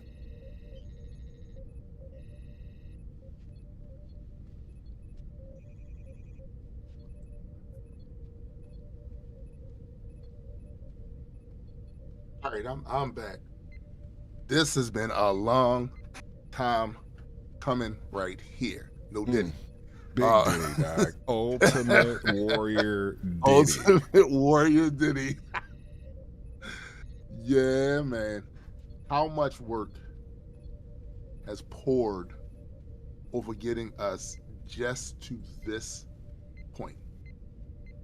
I mean, if I'm being completely honest, there will never be a full account. There will never be. You know what I mean? Like I'm really of the mindset of like there's some sweat and blood equity that is just never gonna make it to record. Yeah, that's a fact. You know? It's I don't know, man. There's something different about all of this. You know, over the last over a decade, right? Mm-hmm. We worked on projects. You know, we have come up with ideas. We're talking everything from music stuff to live performance stuff to even like the comic book stuff. This here feels different because I think we're reaching out to a much larger audience, including people who may have never heard of us musically, and all of those things. And I don't know, man, it just feels different, especially considering what's been created here. Like, this is different. I Thank you, Sean P.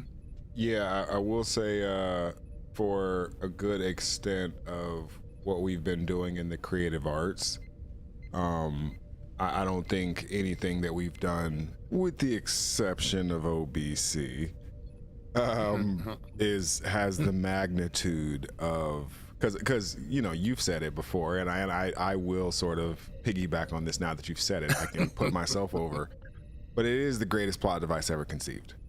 It really is. So, but that also led us into creating Majesty, and the fact that like we're able to really talk about Majesty in a way that we weren't able to before. It's kind of freaky. You know what I mean? Like it really is. It is. Because I didn't think we'd get here this fast, even though we got a long way to go. But would you say we're on the runway? Yeah. I would say we're on the runway. I would say we're checking all our instruments and communicating with the tower. Yeah. Make sure that some rando hasn't just ran across the damn tarmac. Hey, I can show a preview. I can show a preview of the page, right? Of course you can. Of course goodness. you can. Please do. Please do. Look at this. Let's check this out. Yeah. Look how beautiful. So this is what you guys will see once we go live, right? And man, I wish you were on camera right now. I know. Yeah. I feel like this page right here, and everybody had a hand in this, so shout out to the team. But the way you did these, not pages, I meant to say cards. These cards, dog, you killed it. You and Dabs both fucking murdered this. Shout out to Mr. Dabs as well for his contribution on this front, and as well as other things. But we are, I put in, I dropped some GIFs in there, dog. Nice. Yeah, and I don't think they show in the preview. I think they only show in. You have to be in once it's live. Yeah. But yeah, there's these GIFs here that will show animated. Of course, we got our cinematic read flow, our language localization. Even though read flow is not nothing to fucking gloss over. No, hell no. Language localization, our multi-layer magnification, our in-app footage, and of course that in-app footage goes hard because then you can just actually see what's going on, and no edits. Yeah, no edits. Just straight through. You can see how it works. Yeah, you can just see from a debug developer perspective, right? Yes. Yeah. So. Oh man, it's different, bro. And this is the thing that's crazy. So those of you who have been watching Office Hours for as long as you have, you've heard Greydon mention OBC. This was born out of OBC. This was born out of OBC. You know what I'm saying? Like the idea that that all of realities is in layers, and that sparked the whole idea of this, right? It sparked it, and it's interesting that what this sparked, because I often wonder what else will OBC spark. Well, right? And that's the thing. I cannot wait to get back to OBC. There are times where I'm like tapping my fucking arm for a vein because I do need that specific dopamine hit. And I'm not trying to bury the lead because Majesty is absolutely stupid, right? But it is one of those things that OBC had, and of course Majestic Comics by extension. This was born out of Majestic Comics, which was born out of Reaper Legion and the Giannis Leth working together, and which is born out of Grand Unify, right? Right. And so it's what we've done with this right here is I would say a culmination of all of our creative outputs, all of our creative efforts up until this point has led into to Majesty. So that's where I think I'm way more dumbfounded by the fact that all of that led to this, and now we're at this point. So anyway, not to bury the lead, but we legitimately have something special on our hands, I feel like. I feel like too, and I think it's gonna have legs. What we need from our community, though, the community that we have been gathering around for the last I don't know how many years, laughing, joking, making epic achievements. You know what I'm saying? Like, what we need from our community is to help push this, because especially with this this pre-launch page. The reason why is very simple. For whatever reason, the way humans' brains work, when they go to something and they see that a bunch of people are following it, they go, oh, this must be something highly expected. So they click follow. So we know we have quite a few people in our community, right? And we know that if we can get, just get the ball rolling with a bunch of people following, just hitting follow,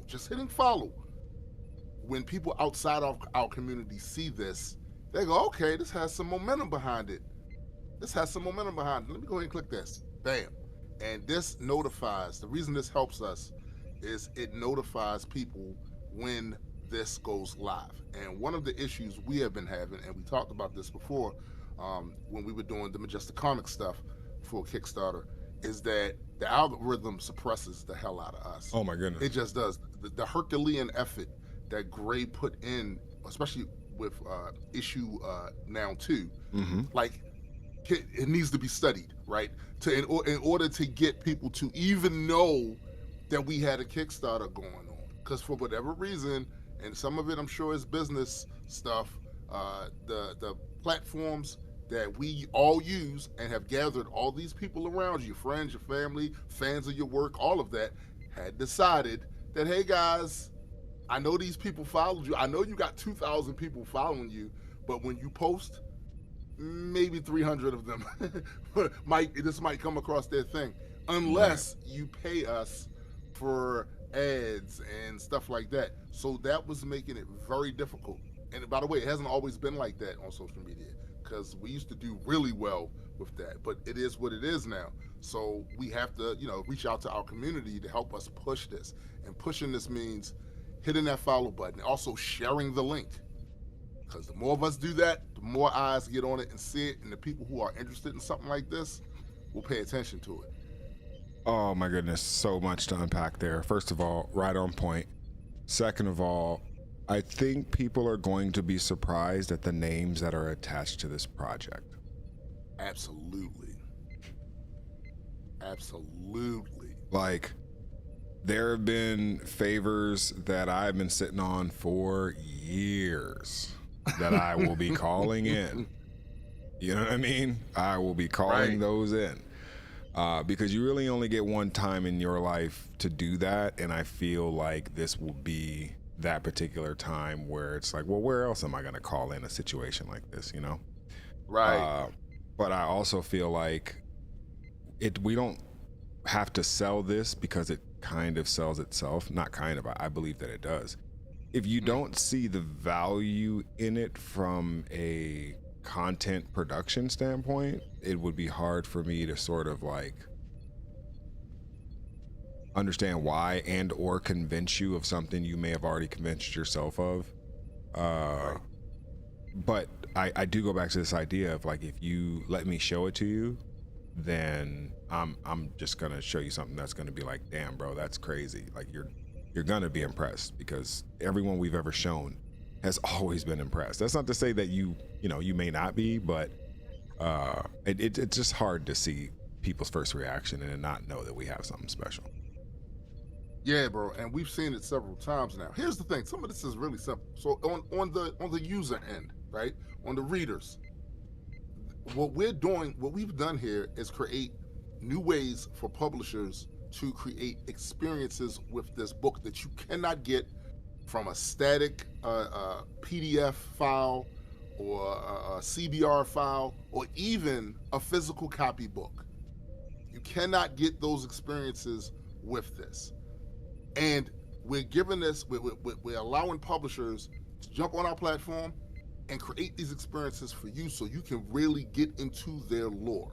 Mm-hmm. And like, I don't know anybody who doesn't read comics, watch the comic book movies, watch the animated series. I just finished the last episode of Invincible that they just released. I think it's of course it's more coming, but I just got caught up with Invincible. Mm-hmm. When you watch and read these sorts of things, you want to get as much information about the characters, about the story, about the environment that takes place, the settings, the enemies, all of that. Because this is what being a geek is. You geek out over this stuff. The same way if you geek about football, you know all the stats of all the players and when they got out of college and all of these things. It's the same thing with this. We are allowing you, instead of the publisher having you go all these different places to get all this information, this Wikipedia, this such that, they have the opportunity to put much more contextual content around and context around their books. So it's more than just you reading the static pages. Right. It's more than that. And also, there's so much that's left on the cutting room floor in comic book production that it's not funny. So much. It's just there. And from time to time, what creators might do is you might go to a comic book convention and they have some of the sketches there or whatever that you can purchase or whatever. But ordinarily, you don't get access to this content. You don't get access to this part of the process. We allow them to put it all here. Put it all here. You know what's funny? I don't mean to step on your promo, but I was going to say, if you grew up in the DVD era or had, content in the DVD era, you understand the value of this, because we had so many behind the scenes. This is one thing I don't like about the new digital media is like the relationship between the content and the behind the scenes has sort of been separated, and maybe they've been molded into one. I don't know if it's the same thing, but I remember being able to watch a movie, and then on the DVD extras, you had so much content. There was language tracks and fucking extra behind the scenes, alternate endings, and all kinds of crazy shit. Mini games. You could have was DVDs with mini games and shit on it. Yes. I just feel like a commentary, director's commentary, all kind of shit. I could go on for a lot of shit with DVD. Honestly, I feel like we took a lot of ideas from the DVD era, but to me, that's what this reminds me of, is creating a platform for your books to have extra pieces of content that are directly related to it that you can decide to ingest whenever you so choose, after you've already ingested all the artistic aspect of it. So that's where I believe that there's a lot of there's a lot of meat on the bone, as Diddy would say. Ultimate Diddy. Ultimate, dog. It is. It's a lot there, man, because I used to love that, especially during the Blu-ray era, where you would have all this extra content they would give you. You would learn much more about the creators, much more about the actual inspiration behind why they wrote what they wrote, and we literally give you all of that here. We give you all of that here, where the publisher has the ability, if they so choose, to max out these features. Max them out. Which means imagine you being able to not just read this book, but also listen to creator commentary right there on the page. Not having to go anyplace else. You can go right there on the page. Imagine you getting some more information about the characters and stuff like that in the form of video and audio right there on the page. Our cinematic read flow, which is a smart paneling. It's automated. You can actually adjust how fast each one of the panels move, or how slow each one of the panels move, as you're witnessing right here on the screen with Greydon showing you right now. The magnify loop, the multi-layered magnify loop. So imagine you being on the full colored page with everything, and you use the magnifier and you can see the inks, the pencils, all of these different things. Like this is something that, as a comic book fan, for many, many years, let me do one-to-one. I would have wanted. They do the one-to-one. Yeah, one-to-one is crazy. These are things. And then on top of that, y'all, gamepad. Oh, yeah, I didn't even pull out the gamepad, but I should have pulled out the functionality. Gamepad. Yeah. So now imagine you're using the reader on your big 60-inch screen TV, and you just grab your controller, and now you can control everything on here with the controller. Like, this is something I would definitely want.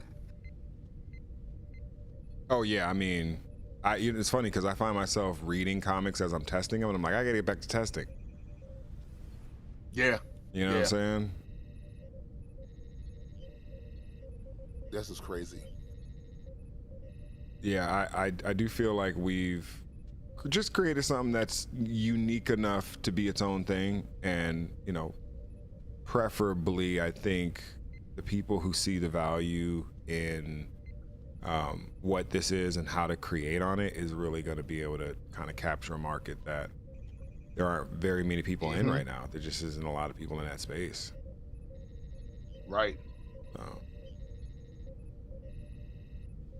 But yeah, that's what we're working on. Of course, optimization and all that kind of stuff still needing to be done and all that. But like, we have, you know, so much time before release. I mean, literally months. And so we will absolutely make sure that by the time it hits people's hands, like, they're gonna have a really, really positive experience. They're not gonna have an experience that's just like not good. Because my biggest thing is reader experience. I want to have it to where, you know, we have gamepad support throughout the app, just not in the reader. You know, that's coming really soon. Alternate cover support in the changing of the color palette, because right now it only does it on the main cover. I don't know if you saw that. Yes. I definitely want to, you know, modify a few things from the UI just to keep that a little bit cleaner, and it is, you know, I love that right there. But yeah, I think we're just so close to release that once we start, you know, getting testers, and I think our early adopters are going to be testers. Man, it's going to be exciting to see who can do what with it, who can break it, how we can fix it, and make it so where this is the place where people want to experience their comic book reading. Because I do feel like out of all the places that people talk about reading, they don't have an experience like ours, dog. Right. They really don't. You know how like certain comics will have covers that are associated with like mini stories at the end? Yes. You know where I'm going with this, right? Yes, I do. Doc, that would be ill, right? It would be. I think yeah, there's a way to, there's a way to do that. Yeah, I mean, damn, this is like literally my favorite cover of all time of any book ever. This right here.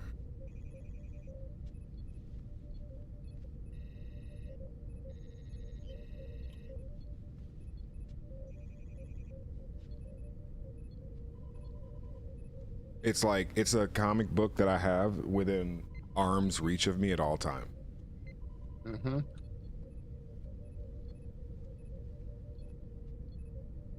I mean that literally.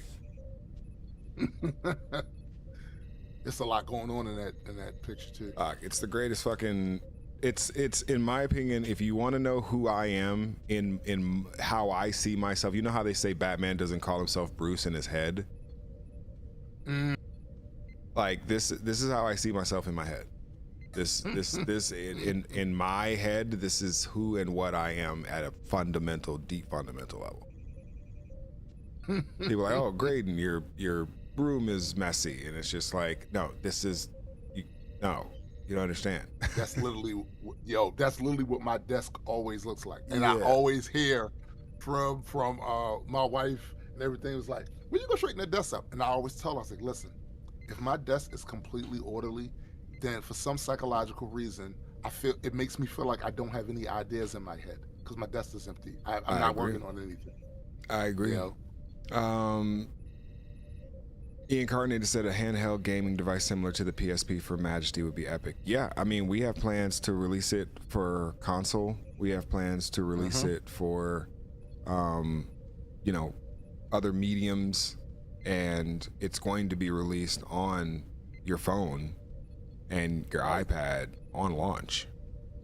So, and with native install. Like it won't even be something where it's like you have to download a web app. It'll have a native install. Mm-hmm. So I'm looking at some of these other Kickstarter campaigns, dog, and I'm starting to get pretty excited. Which ones in particular are you staring at? Well, just the one that just really broke my brain, which was the Cyberpunk TCG. The project. Oh yeah, bro. They went crazy over there. That support, you know, that's that support right there. I will say that absolutely nuts. I have a hard time understanding what that would feel like, but I also know that if I don't come to terms with the fact that that's possible, it isn't. So I've been training my mind more and more to be like, okay, no, this is very possible. Like what we're offering, what we're doing, what we're creating for, what market we're creating it for, the first of its kind, proprietary patented experience with this particular thing. I don't know. Like, could it be something crazy? Like, it could be. It could be, bro. I saw something you said earlier about the people are going to eventually see that's attached to this project, and it could potentially push it. I don't want to say any finishing numbers for sure, but I think there's a lot of responsibility that comes with knocking it out the park the way CD Projekt Red did with the Cyberpunk, or the way Brandon Sanderson did a few years back with his thing. Like there's a lot of responsibility that comes with that. And what I'm here to say to you, to our community, and to the universe, we here for it. Well, we here for it. We learned a lot in our 3 campaigns that we did, and I've done 2 campaigns. 4. How many have we done total? 4. 1 was for the tour, and 3 was for the comic, right? Oh no, that's 5. So now we did one for the tour, which was the Celestial. Well, at 6. 6. I did one for Summer's Ending. Summer's Ending, and then we did Celestial Wars. Yeah. And then we did all 3 of Extropy and Entropy, and we did Singularity. That's right. We did do Singularity. I totally forgot about that.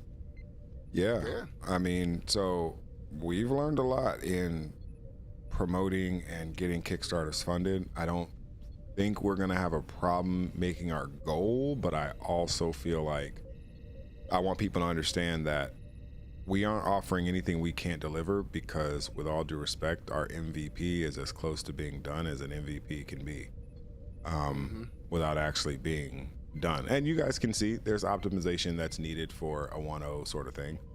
But that's why the testers are going to be important, because we really want to nail down our reading experience. 100%. Biddy said, we'll be sharing like my life depends on it. That's what we need. That energy right there is what we need. Absolutely. You're hired. Yeah, right. You know what I'm saying? Exactly. Have you played any of that Crimson Desert? I have. And that's not. I had to do an update for my graphics card, one of those patch updates, and so it started acting a little wonky. But I think it's because after I did the update, I didn't restart my computer. But previously, before that, I gotta say it's probably, I'm gonna say it's, for me, my experience, the best optimized game I've played in about 15 years, considering this very annoying habit the gaming industry has of shipping incomplete games that's not finished, where they have to patch it the next day and then another patch to even get it to function the way it's supposed to function. The other reason I say that is because, look, my computer is shitty now. It is, folks, it is. And previously, when I was able to play games at the ultra settings, my computer would handle it like a champ, right? No problem, But over the years, because it's gotten shittier, I can't play any of my games at ultra settings. I can barely play them, at 1080p without them acting crazy and stuttering and stuff. I put this game in, and bro, from second one, from after them shaders were all, put up in there, yo, it worked like a dream in 4K, and they call it cinematic mode, in cinematic mode. And these aren't lightweight graphics. This shit looks insane, bro. It looks absolutely insane. Everything from the way the wind blows through the trees and the grass and the draw distance. You could be literally standing on a mountaintop over here and see way down there and see things moving. There's things happening, things moving. It is incredible. Incredible. As far as everything else with the game, like, to me, the story setup is regular. I don't think that's the thing people are gonna want like this game about.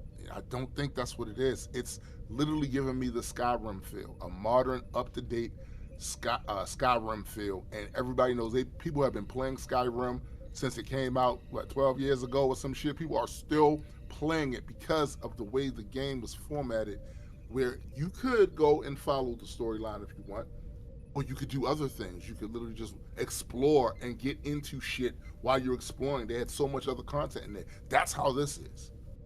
Yeah, it's incredible. I have heard from some pretty reputable gamers that it's one of the best games they've ever played.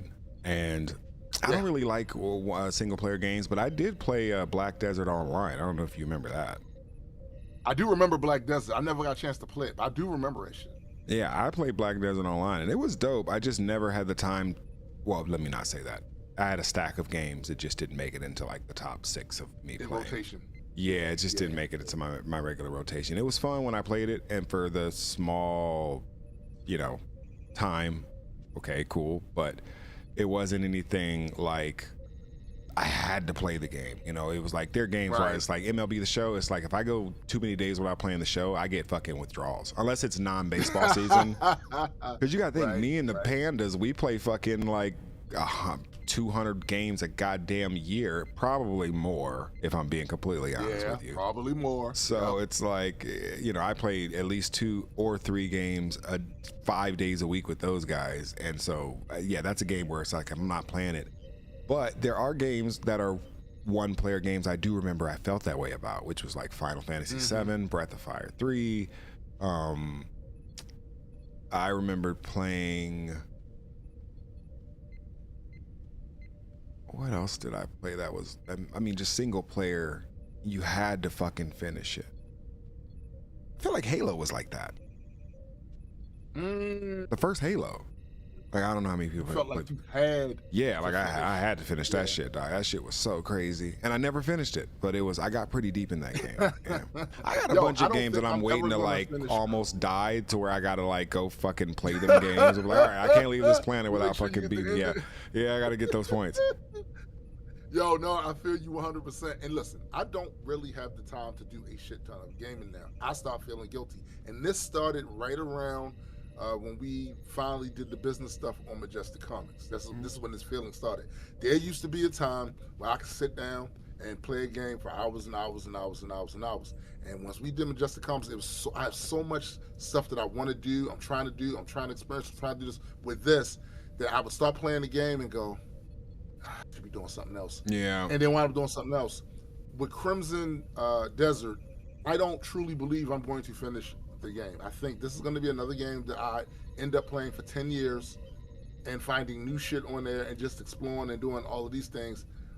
I would hope, though, that at some point, with all the things we have going on, that whatever comes of this will afford us the opportunity to be able to sit down and do a goddamn 12-hour Star Citizen run or some shit. I'm hoping that this opens up the opportunity for us to do that once everything gets settled, things get moving, we got all the pieces in place, Yeah, I think I thought about this when it came to OBC and when it came to like Majestic Comics just as a whole. Like I want to get back to being creative. I'm not saying that, I'm not saying that I don't enjoy being CEO and trying to build this company and all that type of stuff. And you do get creative on the build. Like, you definitely, But I would love to fucking spend a year just working on OBC.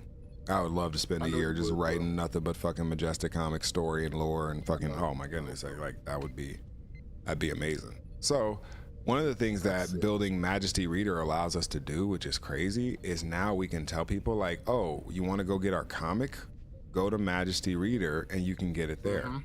A lot of times we'd be like, oh, you got to go to this place and that place. Like now we can tell people exactly where to go to get our comic. Yeah, just go to Majesty Reader. MajestyReader.com. And it's just like, soon it'll be Majesty Reader /Majestic Comics or Majestic Reader or whatever we want to sort of do that.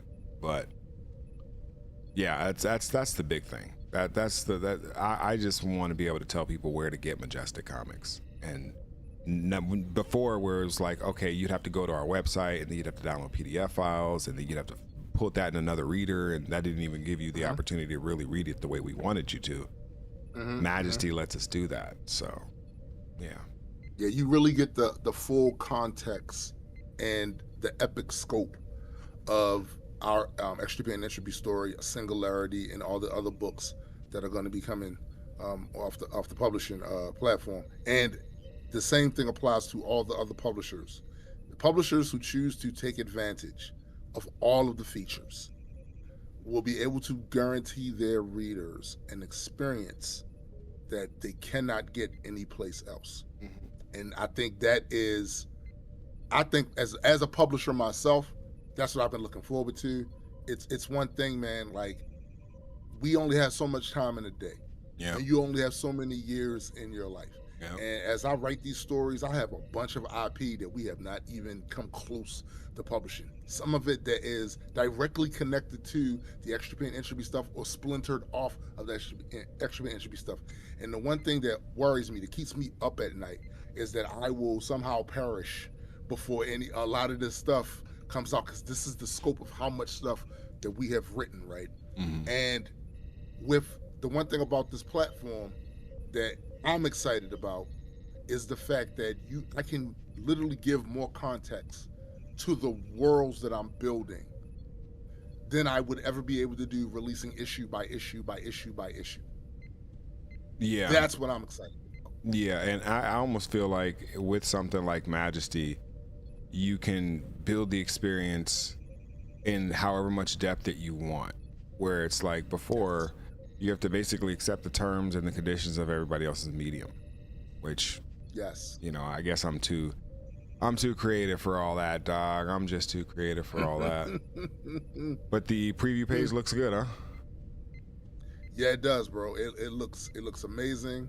I am very proud of that work. And it's one thing too, having people really undersell having a good team. People really undersell that. But I am telling you guys, like, the team that we cobbled together for this ragtag band of rebels here really has helped do things that I know for certain that Gray and I would not have been able to do alone, because we've been in this space and we had our successes. But now look at the thing he's showing here on the screen right now. These people made $294,168, and the most important number of all of this, look at the backers. Yeah, that's what I care about. And it's still going up as we looking at it. It's still going up. 15 days left with 2,700. Like, you're probably gonna reach 4,000. What is this? A book? Yeah, it's a book. Yeah, it's a book, bro. The whole thing about this is when you look at that number, 2,703. You guys do realize that over the course of time, we've been dropping music, way more than that amount has supported Greydon's music, my music, Sci-Fi's music. Yeah. Way more than that, right? And a lot of times, like I said, one of our biggest issues is activating our community because we're so spread out. The Grand Unified is global. Right. And people on different timelines, different time zones, right? So maybe all different timelines too, and different realities. But yeah, like, it's hard to get everybody, or at least what I would love if we could get 80% of our community to even know we're doing this. That would go a long way. Yeah. I matter too. Yeah, I plan on really activating, over the next really week, because we're basically launching the Kickstarter next week. So the preview. Not quite. Not quite. Yeah, Oh no, that's looking right. at No. We got what, 3 weeks? Is it 3 weeks? Yeah, something like that. Something like Oh that. yeah. No, I totally forgot. We did switch those dates. So we are going to be. Listen, guys, we're going to be talking about this. And speaking of that, one thing that I think we should definitely do. We should definitely go into Discord and in the GU server and in the Majestic Comics server and in the Manifest software server and do stuff just like this. Have to have the thing up on the screen, talk about it, all of that. Activate. Right. Activate. No, I agree with Form you. like Voltron, guys. Yep, I totally agree. Well, I will be back on probably. I think about doing a stream a little bit later, but I still have some stuff on the site, the app to work on. Yes. Which I was working on yesterday with Dabs, and we did make some good headway, but we still, got a couple of things we want to iron out. But other than that, yeah, dog. I mean, this shit is pretty crazy. I'm shocked that we're at this point right now. It's so stupid.